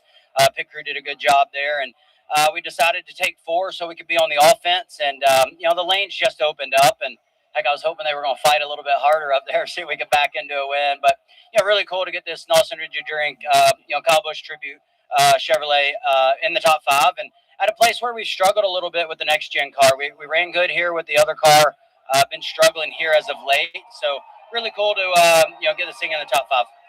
Ricky Stenhouse Jr. with a top 5 finish. Andrew? Christopher Bell finished second in this race. It was a crazy last lap with 2 of your teammates. What was it like from your perspective? It was great racing. I hope the fans enjoy that. It's a great show. What are the emotions that you're feeling right now? Just disappointed in myself. Disappointed for my team. They brought a great race car, and I didn't get the job done. All right, that's Christopher Bell, guys, finishing second. Still a great day for him in the 20 team. Yeah, you can hear it in his voice. He's disappointed. Once that win, it does not come easy. It's now a 21 race winless streak for Christopher Bell. Doesn't have one in this 2026 season, and boy, to be so close yet again, I can understand it, Brad. He wants to win, and just came up a little short. Winning margin for Denny Hamlin, just 1/10 of a second. Let's hear from some more drivers with Heather DeBow. And Chase Elliott brings it home 5th tonight. You got a little damage there at the end. Take us through those final laps of this race for you. Yeah, just green white checker craziness as always. Was glad glad to see Tyler get out there at the end. I know that had to be a big hit. I had my hands full. Ryan was trying to give me a shove to the line, and I was just out of shape. So certainly nothing intentional at all. And glad that they said he got out. So glad he's all right. But nice to get our Napa Chevy kind of back on the track. It's been a bad month, I'd say, really ever since Texas. So nice to get just a good, I don't know where it's 5th, 6th, 5th. I was crashing, so I'm not sure, but yeah, nice to kind of get back on the tracks, I hope, and build from here. That's Chase Elliott rounding out your top 5 here at Nashville. Chase Elliott does come home in the 5th position. It is time for the Xfinity Most Reliable Performance. Today's Xfinity Mobile Reliable Performance goes to, I'm going to give it to Joe Gibbs Racing. The entire trio that finished 1, 2, 3. Denny Hamlin, Christopher Bell, Chase Briscoe. The other car, Ty Gibbs, with a solid 13th place finish. Just like today's top driver, you need a connection that performs under pressure with Xfinity Mobile. Get intelligent Wi-Fi with 5G all-in-one. It keeps you connected at every turn. Xfinity, imagine that. I love that. And I got to give Denny Hamlin a lot of credit. He was awarded the pole by the qualifying metric. That is an earned pole, but he was awarded that after qualifying was rained out. On the initial green flag start of the race, Denny Hamlin went probably 100 feet early. It wasn't by a little bit. There was no question that Denny Hamlin jumped the start of the race. And by the time it was all said and done, he winds up in victory lane. He led the most laps in this race at 57. Just one more lap led than Kyle Larson. Picks up his 2nd victory here of 2026 after winning at Las Vegas Motor Speedway in the Pennzoil 400. And then winning the All-Star race at Dover Motor Speedway. So that Progressive Toyota was strong, and he earned it. The old adage is if you break it, you better be the one that fixes it. And Denny Hamlin, if he wouldn't have came away with the win, would have had no one to blame but himself after jumping that start. But the beauty is, these are long races, 400 miles, 12 cautions for 76 laps tonight. So he had an opportunity to rally, and ultimately he puts that car, Brad, in victory lane. Well, let's go down to victory lane where we find Wendy Venturini. Denny Hamlin with his 62nd career victory here in the Cup Series, hops off his car with that guitar in hand. Denny Hamlin covered with confetti. Congratulations, Denny Hamlin, on this win here at Nashville. Get a towel, get some liquid off your face, Denny. What a finish, what a restart. Take us back through that restart, Denny, and talk us through how tough that was on those 1, 2, 3 with Joe Gibbs Racing. Yeah, I mean, so I got positioned because the 20 washed up a little bit there in the first corner, trying to clear the 19. Thank you for that. I look ridiculous. Please fix me. So that allowed me to get position on the inside, and from there on, I'm trying to clear. I'm trying to side draft them, and then we go into turn one on the last lap, and I typically in these situations just overdrive the corner and then miss it. But I said, I'm just going to roll the bottom. And the 20 just drove in so deep that it allowed me to clear, and that was it. You've had so many emotional wins lately. How special is this one at Nashville this evening? It's just unexpected. We've had the best car so many times this year and haven't won. Definitely did not have the best car today. The 20 had the class of the field, and we were just kind of hanging around the top 5 in speed. But, man, it feels good to win one that you didn't think you were going to win. Congratulations. Can you play this guitar? Absolutely not. Well, go enjoy this victory. Denny Hamlin celebrates here at Nashville Superspeedway. Thank you very much, Wendy Venturini and Nick Yeoman, for Denny Hamlin. It is a 62-point day, and the reason for that, here in one extra point. On lap 223, Denny Hamlin earned the fastest lap of the race, and that Xfinity fastest lap goes to Hamlin and that number 11 team. Celebrating his speed on the track and the reliable performance Xfinity brings to your home, congratulations on claiming 1 championship point. Let's take a look at your final results here for the Cracker Barrel 400 at Nashville Superspeedway. It is indeed Denny Hamlin's night. He gets the Gibson guitar, winning the Cracker Barrel 400. Christopher Bell finishes second. Chase Briscoe third. Ricky Stenhouse Jr. finishes fourth. Chase Elliott fifth. Tyler Reddick, our points leader, comes home in sixth. And again, happy to report that he got out of that car because it was a big crash at the end of this race. Shane Van Gisbergen finishes seventh. Ryan Blaney comes home in eighth. Zane Smith ninth. And Carson Hocevar, the final spot in the top 10. Eric Jones, nice 11th place finish for them. How about Ty Dillon in 12th? Ty Gibbs 13th. Joey Logano finished 14th. 15th was Michael McDowell, the last car on the lead lap. Noah Gragson 16th. 17th was Riley Herbst. 18th Austin Dillon. 19th Daniel Suarez. 20th Todd Gilliland. 21st was Cole Custer, a 22nd place for Cody Ware. 1 lap down, he survives all the carnage. Kyle Larson had issues right at the end of the race. He finishes 23rd, 2 laps down. John Hunter Nemechek finishes 24th. Corey Heim was 25th. Austin Cindric comes home in 26th. 27th was Austin Hill. Chad Fincham was 28th. Chris Buescher 29th, and William Byron in 30th. Josh Berry finished 31st. Bubba Wallace 32nd. 33rd, Alex Bowman. Brad Keselowski 34th. 35th, A.J. Allmendinger. Ryan Preece 36th. Trackhouse teammates Ross Chastain, Connor Zillage 37th and 38th, Nick. Just a great race tonight, Brad. A lot of drivers with some issues and some brake problems. Ultimately, though, we talked about it. 3 nights of racing in all 3 series. We got tremendous finishes. And again, those 3 Joe Gibbs Toyotas, 3 wide entering turn 1 on the final lap. And congratulations to Denny Hamlin. Motor Racing Network will have you covered for the next 3 weeks with Alex Hayden and Mike Bagley leading that team from the booth. We go to Michigan International, then Pocono Raceway, and then the inaugural race in San Diego at Naval Base Coronado. The Performance Racing Network will be back with you for the next race in California as we go to Northern California for Sonoma Raceway, Saturday, June 27th. Cup practice and qualifying at 2:30 Eastern. The Pit Boss Food Max 250 O'Reilly Auto Parts Series race at 5 o'clock Eastern. Daniel Suarez will be our guest analyst there. Then Sunday, the Cup Series on June 28th, the Toyota Save Mart 350 at 2:30 Eastern from Sonoma Raceway. Want to thank an awesome broadcast crew. This was just an incredible weekend. Covering us in the turns were Pat Patterson, our Napa pit reporters, Wendy Venturini, Andrew Curlin, and Heather DeBow. Our engineers, Harold Hamrick, Ben Blevis, and Bill Perry.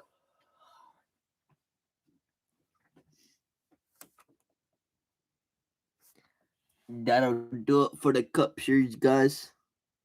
Appreciate you all being here. I'm ending the stream now, but thank you all for being here, and hope you guys have a good rest of your night.